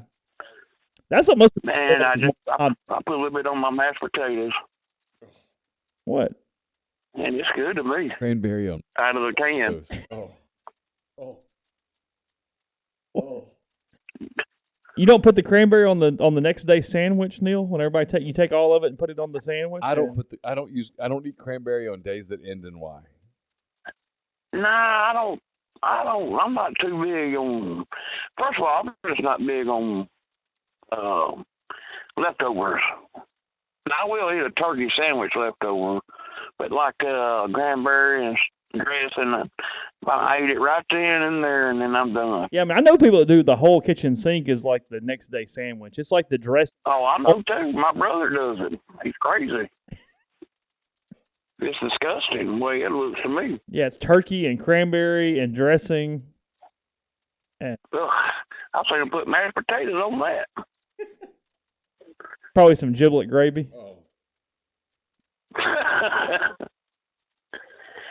Oh yeah, before I leave, Go ahead. there's something else there. I knew I should have wrote this down, but it ain't that important. But a couple of players I was wanting to give shout outs to. I've always wanted to shout this fella out, but I can't ever think of his name. I've always thought 95 for Ole Miss. Robinson, that's his name, right? Yeah. I've always thought he'd play really hard for Ole Miss, and he's doing it again this year. I just want to give him a shout out. And John Rice Plumley, he's been having a good year down there in Central Florida. I do think he's back on Saturday. Do what now? I do think he is back from his injury on Saturday. I was told today. What happened to him, Chase? He got hit. Got his bell rung pretty good last week. What quarter? I knew I didn't see him out there when I turned it You were over. watching this. It was the second quarter. Everything was going great for Cincinnati until then. Oh, Neal, don't start. I'm just being honest. We were cruising. The other kid came in and it was bad. Yeah, but don't you think he would start? He would be the starter then. I'm not doubting what you're saying. I'm just telling you what happened. I mean, Jeffrey said the other kids. I hear you. Hey, I was watching. Is what now? Jeffrey was disparaging about the quarterback at UCF this morning. He was worried about the game because he thought Plumlee might play. Oh gosh. He had 7 touchdowns in a game, didn't he? That's pretty good. Against Temple. He did, yeah. Yeah, Temple's not that great. But still, 7 touchdowns. Oh, yes, this is what I was wanting to tell y'all. Mark it down, bank it. Now, I told y'all earlier in the year Mississippi State was going to beat somebody pretty good. Arkansas. Tennessee's going to – I hate them too, Chase. I can't stand them. Tennessee's going to go into Georgia and beat them by 10 or more and make them like it. Ooh. They're going to rub their face into Really? it. So you're calling I'm telling you, blowout. they can't stop them. Tennessee, to beat Tennessee, you got to outscore them, and I just don't think they can outscore them because you cannot stop them. I don't care who they're playing. They push the ball down the field. That's what I appreciate about Heupel. And Hooker. They go down the field. Now, I think Heupel's a good coach, but I don't know how good he is. I want to see how he is when Hooker leaves. I mean, then we'll know more. he's done a good job with Hooker, though. I mean, I'm having to. Oh, he's done a great job. The way but they push it. You always notice they might go to the side, hard sideline every once in a while, but they're gonna push it, especially with the receivers they have. But anyways, maybe Ole Miss can make the Bama game next week competitive. I'm hoping, but anyway. I'm sure Lane can cook up something to keep us in the game by halftime at least. Oh, I think so. I think it's competitive. Hey, Rodney, thanks for the call. And plus the way Alabama, they're just not dominating like you say on the road no more. No, it's not typical Alabama in that way. Right. All right, fellas, y'all have a good evening. You too. Bye. Neal, come around to this dressing now. All right, I'll try. What's up, Bracken? Neal, Chase, how are y'all? Oh, we're good. We're trying to get some bet going now where Neal has to eat the entire leftover Thanksgiving sandwich the next day. No. Maybe get some butterbean casserole on it too. Oh God, stop! You gonna make just put like 4 or 5 things in one little scooping and do it at once. Turkey dressing, cranberry. No. Between 2 pieces of bread, maybe even like a dinner roll. With some sweet potato casserole and some butterbean casserole. Can we not, please? My stomach is turning right now. Hey, so Neal, did I hear you correctly that Auburn thought they had a shot at Yurichek? Yes. For AD? They did. They pursued him. They pursued Hunter Yurichek. He said no. Then they went after Dan Radakovich, and he said no. It's the thing about Auburn that's interesting, right? And I'm not trying to knock on Auburn. I have affection for Auburn. I do. But I need this field goal to go in. Auburn thinks very highly of oneself, and that's okay. But they thought that they could take Hunter Yurichek because he's at Arkansas, and he said no. And they thought they could take Dan Radakovich, the former Clemson assistant AD or AD who went to Miami, and he said no. And so they ended up with John Cohen, who frankly makes no sense at Auburn. Beyond work. So that was that's kind of my point. Like the way that I keep hearing it is like falling forward. And I don't with Cohen. But I don't want to I don't want to make this political or anything, but John Cohen at Auburn makes no sense at all. None. I mean, none. And again, I don't want to get into it. Yeah. 14. I've always heard rigid and very control minded. I've heard that more on the baseball side of things than AD, but I'm talking about that. Yeah, that never. Yeah. I'm talking about that. And I think Tuesday. Yeah, Yellowwood's not going to like that a whole lot. Think Tuesday. Yeah. I mean, I don't want to. I don't. But I'm telling you, it makes no sense. Well, I mean, it doesn't make sense just from how they are. But if you know everything, it makes no sense. It made no sense. Hunter Yurichek said no. Radakovich said no. They went months on the John Hartwell thing, only to find out that no, we can't do this. And they end up with the guy at Mississippi State Cohen, and it makes no sense. So, his buy-in there was not great. So Bracken, there are a lot of people that loved seeing him leave in Starkville. So I go back to my thing when people go Lane Kiffin, and I'm like, look, I'm not ruling it out. But for Lane Kiffin, if you tell me, again, I repeat this for those who missed the first part of the show, if you tell me that Lane Kiffin is the coach at Auburn on November the 29th, okay? If you ask me, is that possible? Sure. But if you say, what does that mean? I'll tell you that Auburn gave him a historic contract. What does that mean, Neal? Define that. It means at least 8 years, probably closer to 10, at least in baseball terms, we call it AAV, average annual value, of $10 million, maybe more. And the buyout, all the assistant money to God. And the buyout language would be basically it's guaranteed.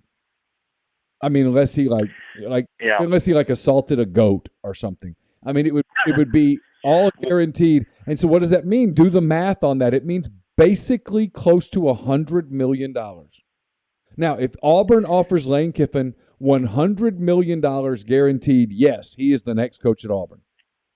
Yes. So when people say, are you telling me it can't happen? No, I'm not. I'm telling you it absolutely can happen, but it will require an insane contract.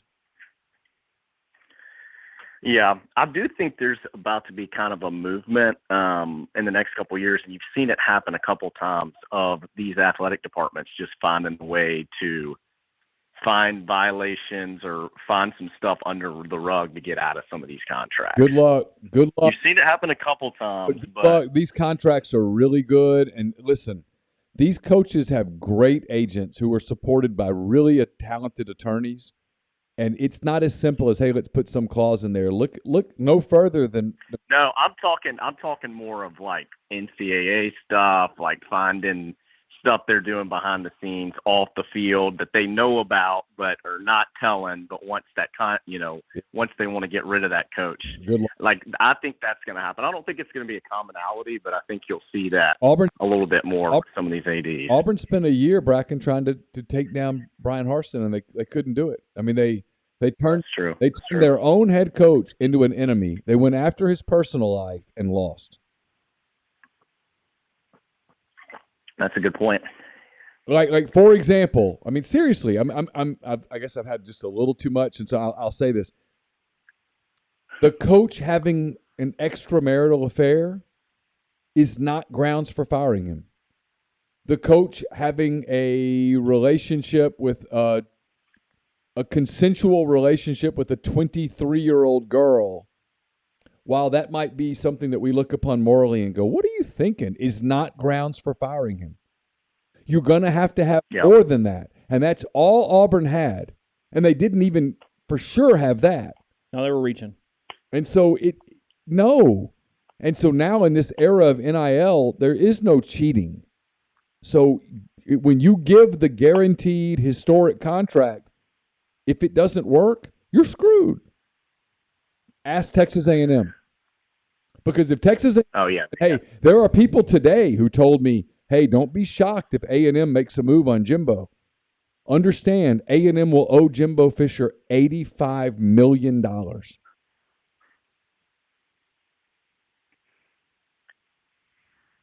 Golly. I mean, think about that. And so once you pay, let me take this all the way out with Jimbo Fisher, because it is the lesson that we're going to find out whether anyone's listening or not, okay?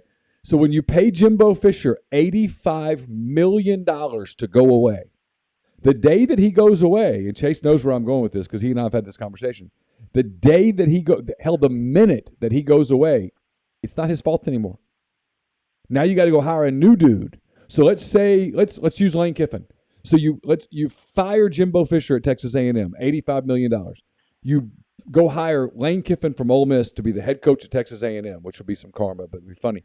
He's going to want the same contract. Well, not only that, but you owe a buyout to Ole Miss for Lane Kiffin. Let's call it, and I have absolutely no idea what it is, but let's call it $5 million. It's probably more than that, but let's call it $5 million. So now it's $90 million. And now what contract does Lane Kiffin want? He wants the same one Jimbo just got. Yeah. So now you're in for another, call it 90. You're in $180 million. And then what if Lane doesn't win? What if? I mean, that's the deal. And I when people go, well, what do you think? It's so complicated because it requires how many people who are normally smart are willing to be effing idiots. And I don't know the answer to that. So when you say, what's Auburn going to do? I don't know. How crazy are they? How desperate are they? Are they willing to go completely insane? Because if they are, you can get Lane Kiffin. Yeah. Lane Kiffin's not going to Auburn on a 5-year, $40 million deal. Lane Kiffin's only going to Auburn if Auburn goes, here's $100 million. Essentially guaranteed. And then he'll go, sure. And because he knows it's not the step up that he wants. Now money talks, but he knows that's not the No. that's not the one or 3 or 5. Yeah. No, because if you go to Auburn, right, who are your two rivals? Who are the two programs at Auburn that you're judged against? Yeah, Georgia and Alabama. And what are they right now? Top 3 programs. Kirby just won the national title. He's in position to perhaps win it again. Nick Saban's won 7 national titles at Alabama. What's he won? 6? I think it's 6 and then one at LSU. I think it's 7. So he's won 6 titles in 15 years. He's won – so 40% of the years that he's been at Alabama, he's won the national championship. That's what you're up against. I mean, no shit. That's what you're up against. He's recruiting – they just signed a 5-star quarterback for 2024. I mean, he gets whoever the hell he wants. Lane Kiffin all next week will refer to them as the best program in the country, and who can argue? So that's what you're up against every single year.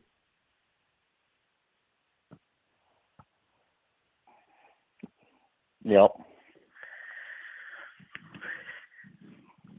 Is it worth it to take it if they offer you $100 million? Sure, absolutely. I mean, $100 million, that's generational wealth. On top, I mean, shit. There's nothing I wouldn't do for $100 million. Pretty small list, isn't it? I mean, you'd have to start naming stuff because I can't think of anything off the top of my head that I would not do for $100 million. Like, would you kill your kid for $100 million? No. Anything short of that? Maybe. Everything else is in play. I mean, so that's what it would take. So when people say, is it possible that Lane Kiffin goes to Auburn? Yes. But that's what it would require.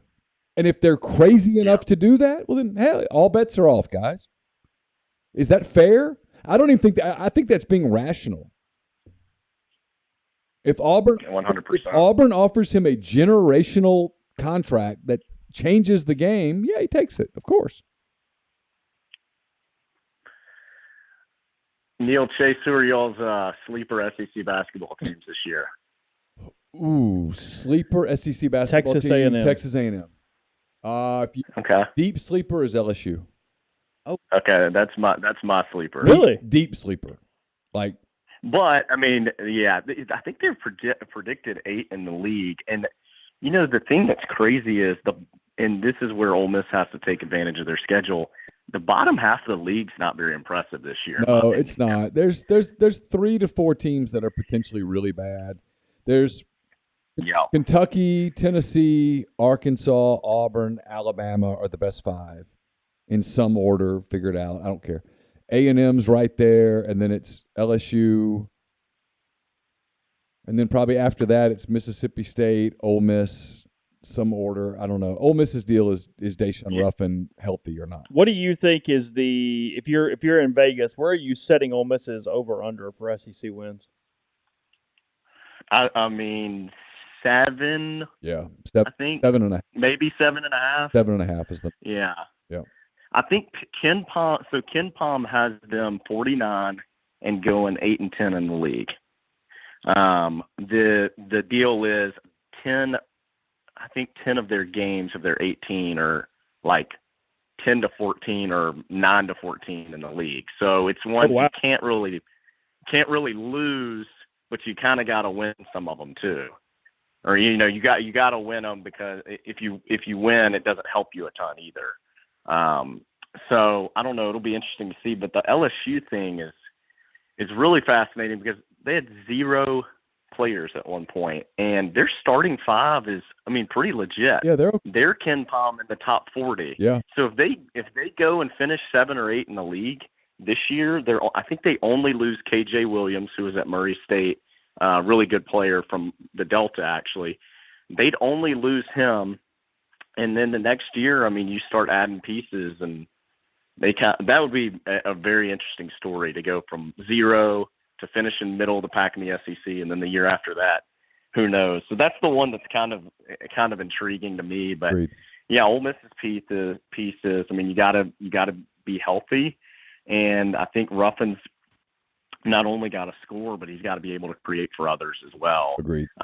With the personnel that they have, so it'll be interesting to see what the year looks like this year, and you gotta there's a chance you could lose 4 or 5 non-conference games. So you kind of got to go take care of business. I think Stanford is like a good kind of equal test for them here in a couple weeks to see where they're at as well in that tournament.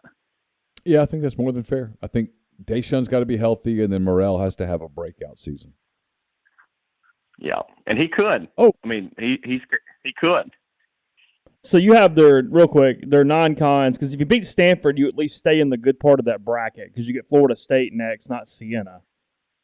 And then it's a determined game. You got to go.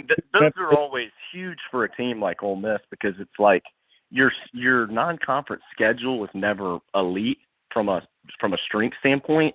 So winning that first game in these Thanksgiving tournaments, it's a huge deal because it gives you, another top, I don't know, Florida State maybe top 25 net opponent, strengthens your schedule. And I wouldn't say it gives you a free shot, but in a way it does when you play a team like that as well. Yeah, at Memphis, UCF at home. I don't know anything about Temple this year. Valpo's not supposed to be very good. Florida Atlantic, I think, could be kind of sneaky better than some people think. Like if you told me they finished 3rd or 4th in their conference this year, it wouldn't surprise me. And you got 2 ex-Ole Miss staffers as assistants for them as well. Yeah. Todd, yep, that's right. Todd's been there for, I think, year 5 now, for year 4 or 5 now. That's right.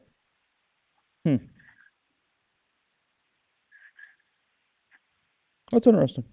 Thanks, Bracken. Appreciate you. Yep, y'all have a good one. You too.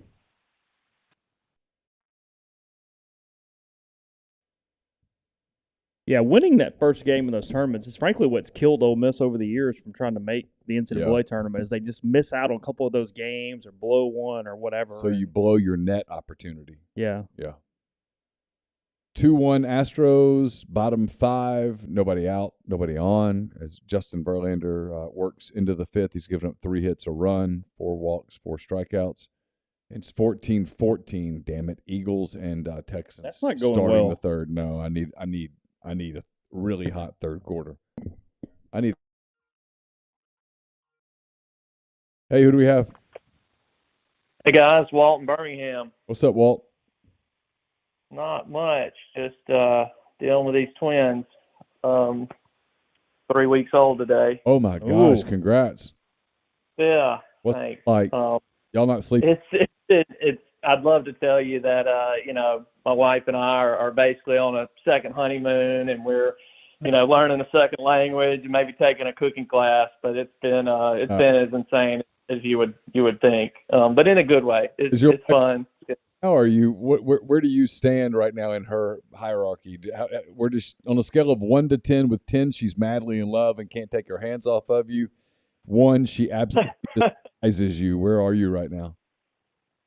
I would say I think I'm still around 7.5. I think I'm in a pretty good spot. Well, that's pretty. Now that I'm back here talking to y'all, I might be closer to a 5 or a 4. I'll have to go out, and if I don't make it out to this next seating, then I'll be on the shit list for sure. But no, I think I'm okay. So my mother was. Did a boy and a girl? 2 girls? I can't remember. It's 1 boy and 1 girl. 1 boy and a girl. That's what I thought. Okay. Yeah. It was quite an experience at the hospital. We had both of them for a lot of twins have come out smaller and premature and have to go to the NICU. We didn't at first, and had there. By the way, there was no. I took your advice to the extent I could, as far as when sleep is on the menu, take it. And, we were never offered. The nurses never came in and were like, "Hey, by the way, we'll take them to the nursery tonight if y'all want to sleep." That was never an option. Really? So we had them. I mean, Ooh. yeah, and we stayed an extra night in the hospital though. Like you also told me, stay as long as you can. And we had both of them for 4 days in the hospital, and then my daughter's temperature dropped 3 times, and her white blood cells looked a little high. So they actually took her to the NICU, and we had to bring my son home. That they were born on Thursday. We had to bring him home Monday, and then she was still in the NICU till that Saturday. So she was fine. Like her temperature came up, and they ran a bunch of tests, and she didn't have an infection. But that was kind of the only, monkey wrench was that week we were kind of taking turns going back and forth to see her and then take care of the one we had at home. So, but it worked out. It was good. My wife, are they on attack when they took her away. Are they on similar sleep schedules yet? I mean, sort of, but they kind of they're still, both around 6 pounds or so. My son's a little bigger than my daughter, but we're kind of feeding on demand still. There's a lot of that. I mean, that it's pretty nuts with 2 of them, and my wife, I don't think she minds saying she's breastfeeding as well. So, especially in the hospital, a lot of times, I mean, by the time they say to feed, the next feeding is 3 hours after the one you're doing, and so we'll start feeding one and change them, feed, breastfeed, bottle feed, whatever, and then try to get them to sleep and doing the next one. And by the time you finish with both of them, it's been like an hour and a half. So you look up at the clock and you're like, okay, when's the next feeding? It's like it's an hour and a half from now. So okay, forgive me, and if I'm getting too personal, stop me. You're No, you're good. Breastfeeding and bottle feeding. How does that work? Yeah, especially at the beginning. Yeah, not to get into, but waiting for her milk to come in, you have to kind of supplement and basically having 2 of them as opposed to trying to feed one baby that way. You just need to make sure they're both full basically, so they'll go to sleep. Because if you just, I think, try to breastfeed, then the second one might not get. But I'm curious. So if they take the breastfeeding, do they take the bottle and then vice versa? Are they so hungry that they take whatever's offered to them?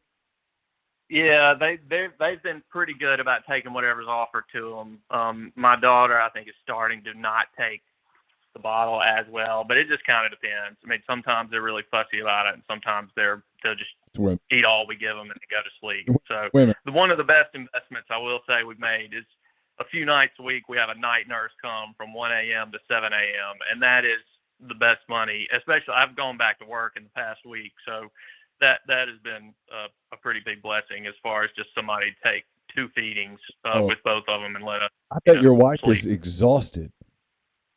She is. I told her I'm going to make her go to lunch or go to a movie or something with a friend on Saturday while I just watch this Tennessee-Georgia game and watch the Twins. She needs to get out of the house. Attaboy. That's you just won husband of the year right there. I mean, she's going to be like the greatest. Yeah.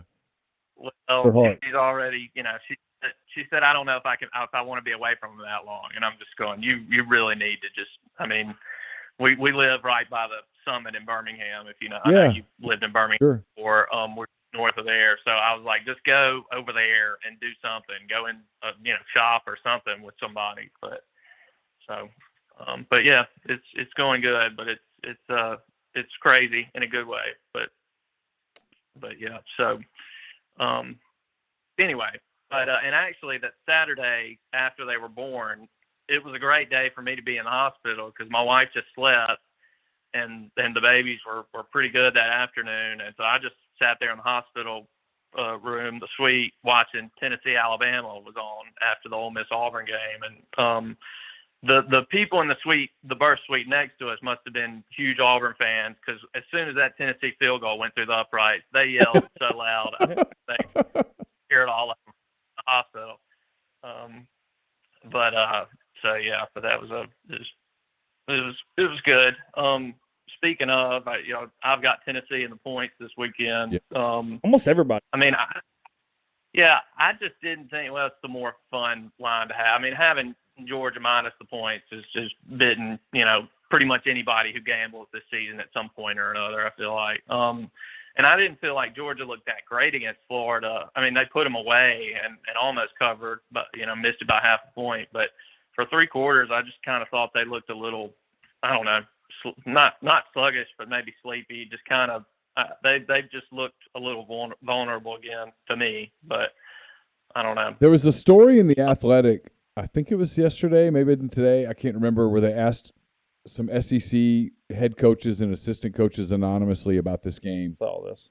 And the feedback was really fascinating. The feedback anonymously was, hey, Georgia's not what you think they are on defense. That Tennessee could score 50 Saturday. Yeah, I thought that was, I believe it. because if you talk football with coaches and you offer them anonymity, you get real truth. And that's what they said, was that Georgia, there's a lot of hype, and they're good, but that they're not hyped to be. Yeah, I mean, that Georgia defense last year would have destroyed Anthony Richardson on this past Saturday. I mean, just blown him up to play, and they weren't doing that. Yeah. I can't get the Georgia-Missouri game out of my head. I watched a lot of that game, and I know it's one game, and it's a one-off, and Georgia was sleepy, and I get it. But Missouri legitimately hung with them. Yeah. Yeah, I remember that because I had Georgia minus the damn points. Yeah, and that was one of those. I think Jeffrey said a few weeks ago, he's to the point where if a team, a favorite he bets on is not going to cover, he just wants them to lose. And I basically started watching that game wanting Georgia to lose. But anyway, so like I said, I've gone back to work this past week, and I've been asked, by more Alabama fans than anything, on whether, is Lane going to Auburn kind of thing.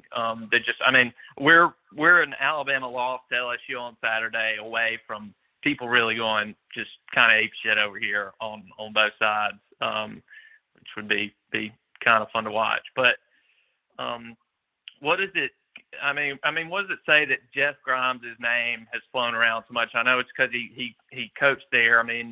But Dave Aranda is not mentioned at all. I know it's not because they come to the conclusion that Aranda wouldn't want to move for what's going on at Auburn right now. But to me, it just seems strange if you're making out a list. For Grimes to be one of the three names. I don't think Aranda's a good fit at Auburn at all. Yeah, I don't either. But I'm surprised they don't.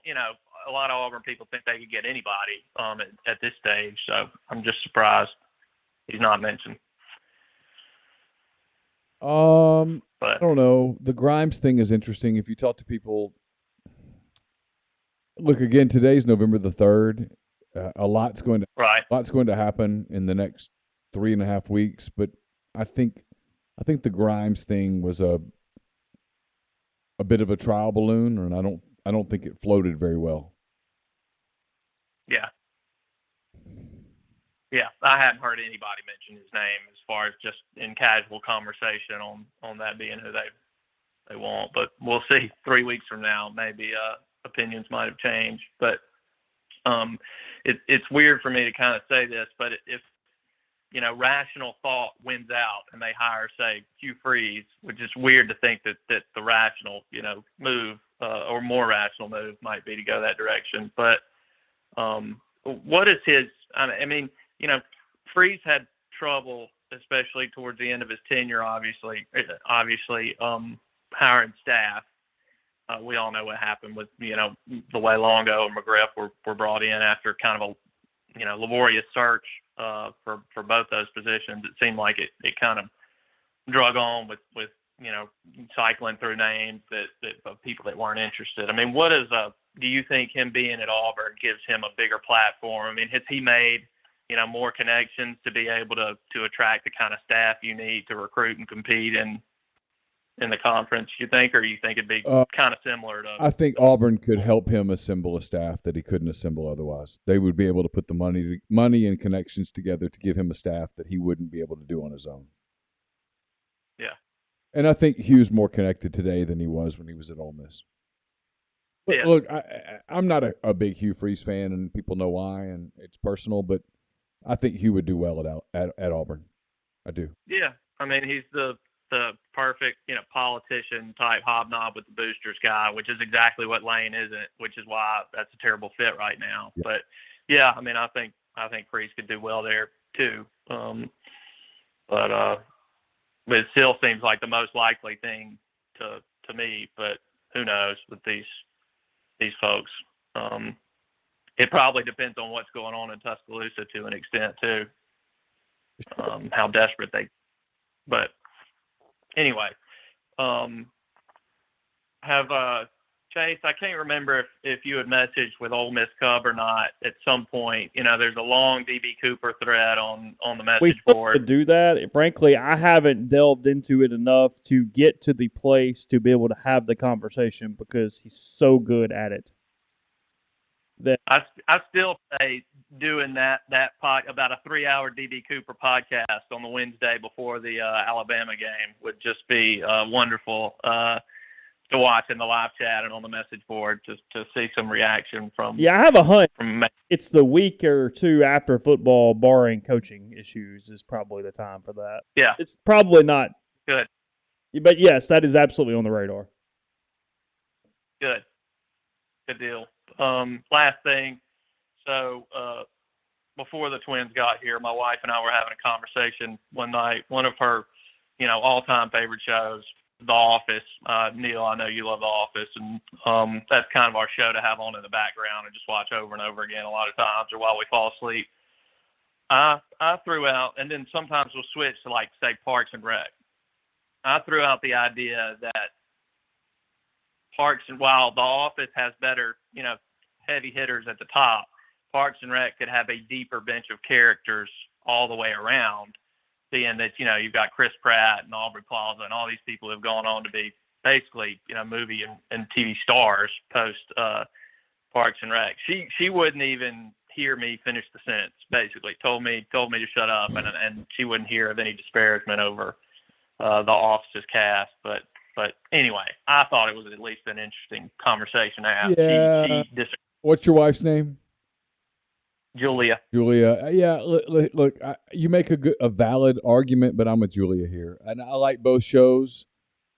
Parks and Rec is solid. It's really, really good.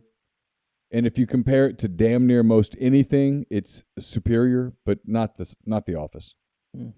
Yeah. Yeah, Julia. I think Office is better at its The Office is point. The Office is head and shoulders better. It's really. It's a 17.5 point favorite over Parks and Rec. Oh God, really? It is. It's big. Yeah, it's a great show. It stands the test of time so much better than Parks and Rec. And it's crazy you can say that even with the Tallahassee season and kind of the even with those last couple. But you're right. I think I agree. It started so well. It had 2.5 good quarters. Then it had like a bad end of the third quarter, but its fourth quarter was amazing. Yeah. And then they finished with that last drive of The Office was amazing. It was beautiful. Yeah. Yeah. All right. Appreciate it. Go take care of those babies before you get in trouble. Yep.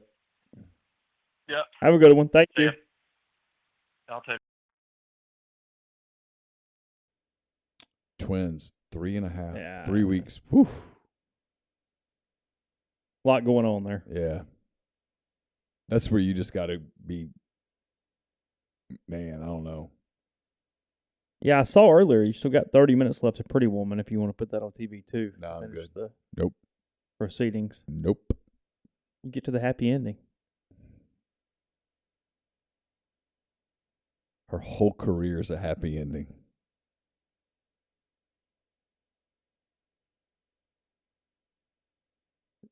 She's a prostitute. It's a love story. Like Cinderella's, he goes and chases her down. Climb. I mean, he's scared of heights, and look, If Cinderella turned tricks, then yes, it's Cinderella.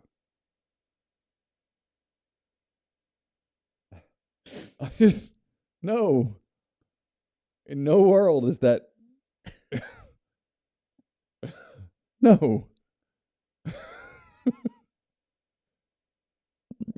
I know.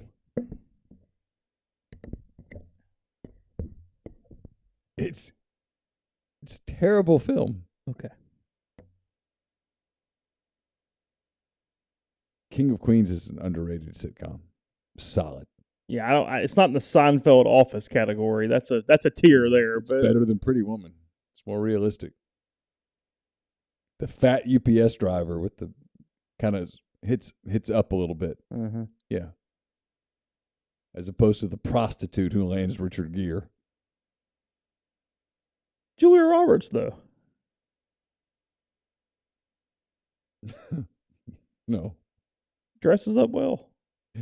Cinderella Walter glass diaphragm. That's good, Cole. 14-14 halfway through the third. The Eagles just killing me tonight. It's my fault. They don't lay 14 in an NFL game.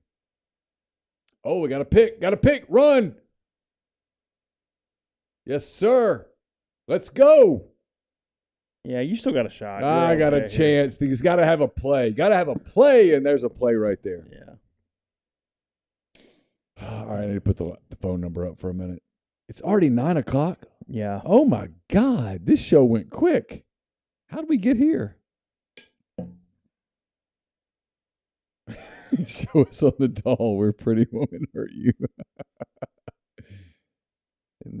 Where you think it hurt, Drew?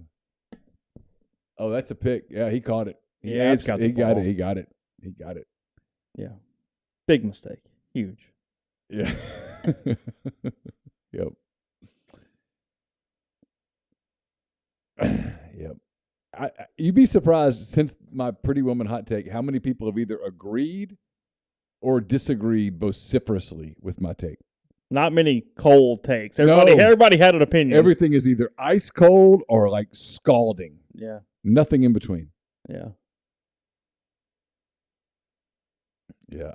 Evan, I see your thing. Oh, Houston gets a leadoff man on in the 6th.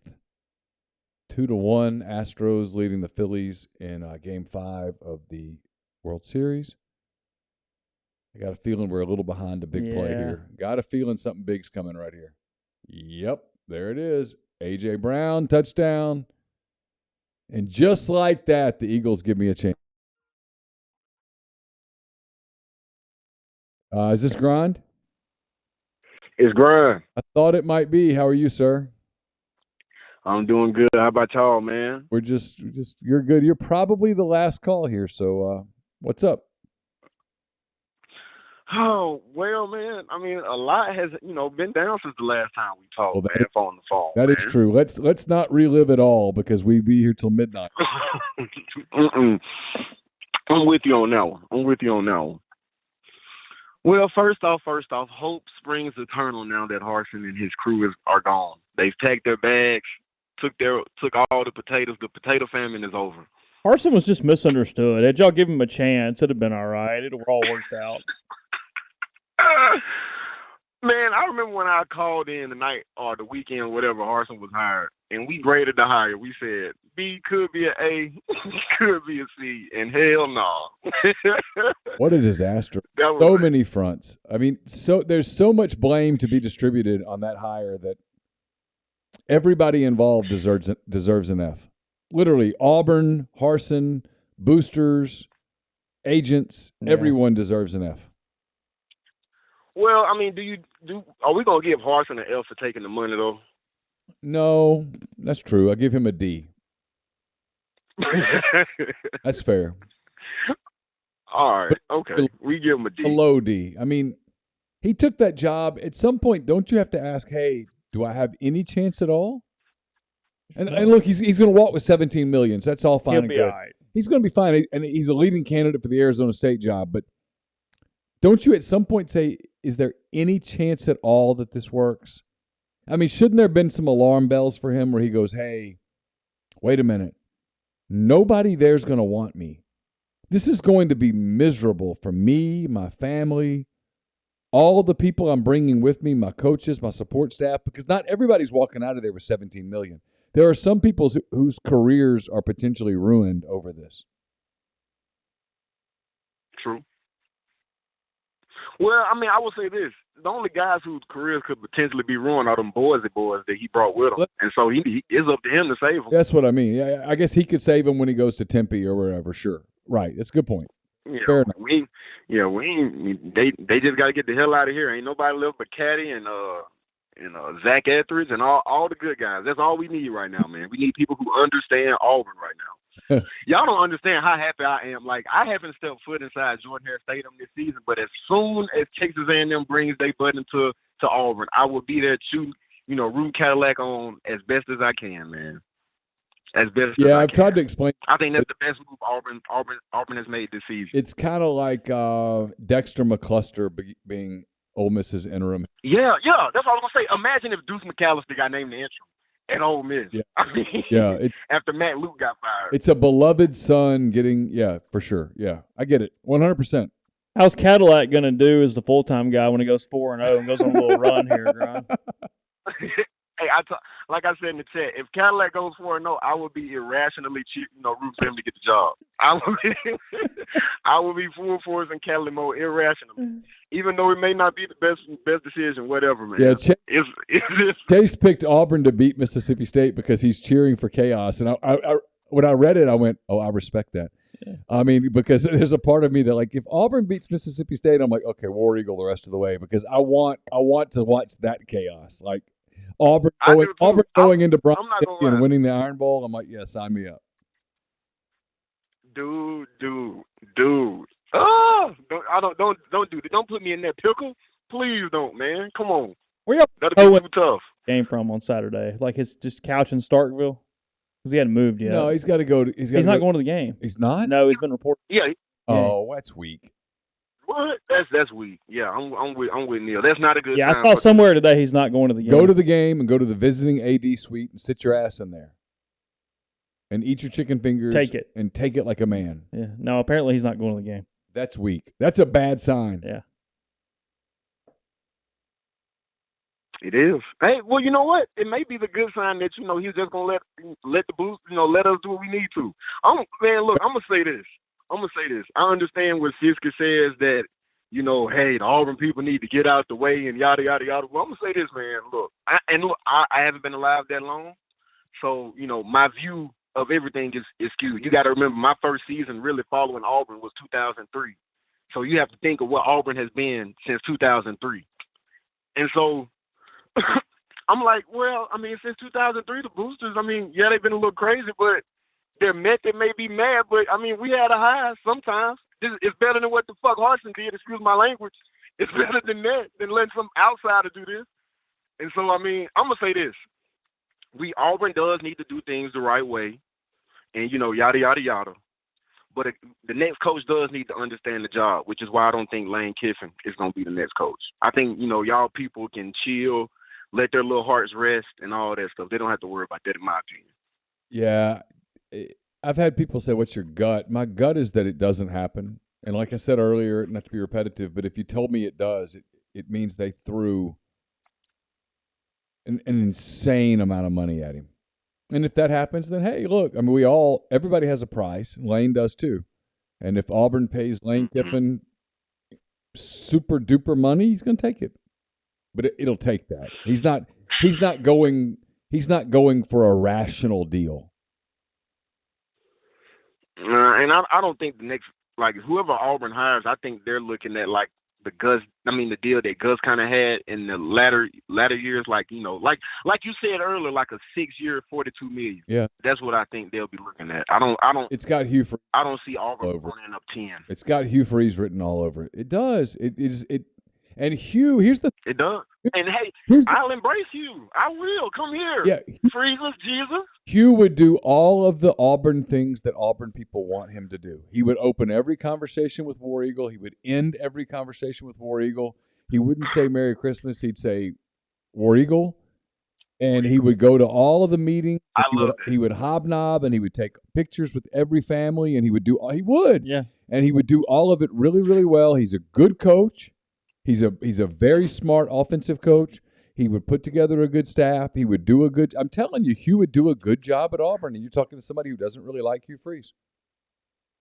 Yeah, and I'll say this. Somebody on the message board pointed out that there are a lot of similarities to Bruce Pearl and Hugh Freeze at the point that Auburn are looking at him. Well, like when Auburn hired Bruce Pearl, he was a coach that was at Tennessee for a while, had some trouble, left, still was doing good at smaller schools, and then Auburn, basically took a chance on him, and he was grateful for the job. And in a way, like the poster said, if Auburn does give Hugh a 6-year, $42 million contract, there probably will be some sort of gratitude on Hugh's end that Auburn is taking his chance on him again. Sure, he's not as good of a football coach as Bruce is a basketball coach, but he's a very good coach. I would say Bruce is like a great recruiter, and he's just Bruce just great. Like he's just great. Now, but before I let you guys go, I'm gonna give you guys a hypothetical. Okay. What if the football gods came down to after the show and said, "Hey, you guys, the final in College Station, Florida 28, A&M 24." Okay. Do you think is there anything that is there any possible way that Jimbo leaves A&M this season? Does it get so hot that he leaves A&M? Yes. Yes. That's the answer is I'm thinking the same. The answer is an educated, emphatic yes. Now, see, hold on now, because I was just throwing dots. Wait, you know about a place that he might be looking? Is he looking like NFL or something? No. I can tell you that the idea that Texas A&M simply will not buy him out and just bite the bullet and eat it. Mm-hmm. It's a small chance, but it's there. Oh. It's there. There is a world where Texas A&M goes, it's not worth it. Let's move on. Well, who do they get? Can they afford to get? Here's the thing. If that job were to open up, the list of coaches who would inquire about that job privately is in the dozens. Is Lane Kiffin on that list? Sure. Oh, Lane at A&M, no. No. If he don't fit at Auburn, he definitely don't fit at A&M, bro. There's just so many people who look at the resources that program has who would want that job, and it's a long, long list. I mean, it is a long list. But they've never done nothing. But I get it. I get it. Look at the talent that he's able to get doing nothing. I mean, that's a talented roster. When you watch them on the field, you're like, damn, they got players. Are they so talented that they lost to the team that's losing to Coastal Carolina right now? Yeah, I'm just telling you, when you watch their team on the field, they're really talented. The Wigman kid who's been sitting on the bench, everybody wanted that kid. They've got McKinley Jackson. Ole Miss would have given anything to land McKinley Jackson. He goes to Texas A&M. Why? Money. I mean, look across the board on their roster. Look, the list of coaches who would inquire about the A&M job is 50. Yeah. Well, all right, Dan. And before I let you guys go, I'm going to just give you guys my playoff predictions. I'm saying from the Big Ten, I'm going to go Big Blue. Michigan again. Oh. Over Ohio State. Okay. I'm going to go Big Blue.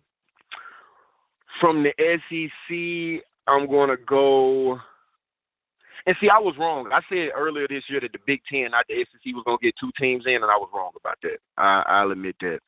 It's going to be the SEC, I'll say.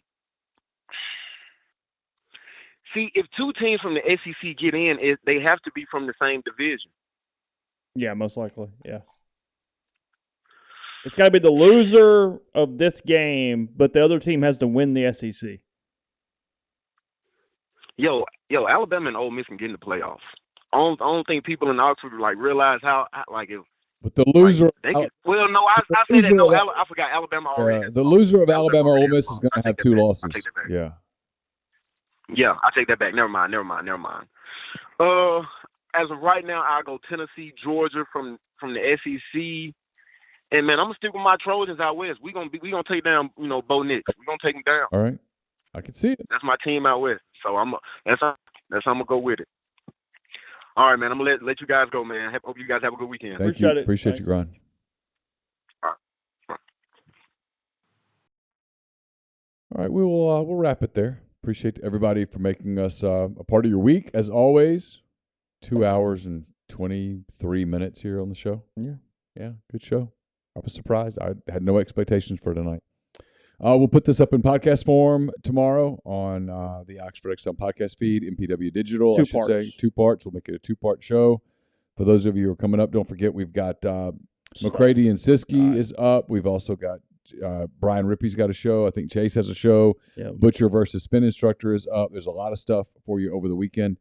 No shows over the weekend. Ole Miss doesn't play. We're going to chill. We'll be back on Monday with an Oxford Exxon podcast. Get going on game week as Ole Miss gets ready to entertain Alabama. The Tide play in Baton Rouge Saturday night, so we'll watch that on Saturday night and see where it goes from there. Have a great weekend, everybody. Enjoy your weekend. If you're like me and you're putting up Christmas vacations, be careful climbing Christmas decorations. Be careful climbing in and out of the attic. And for Chase, I'm Neal. Be good.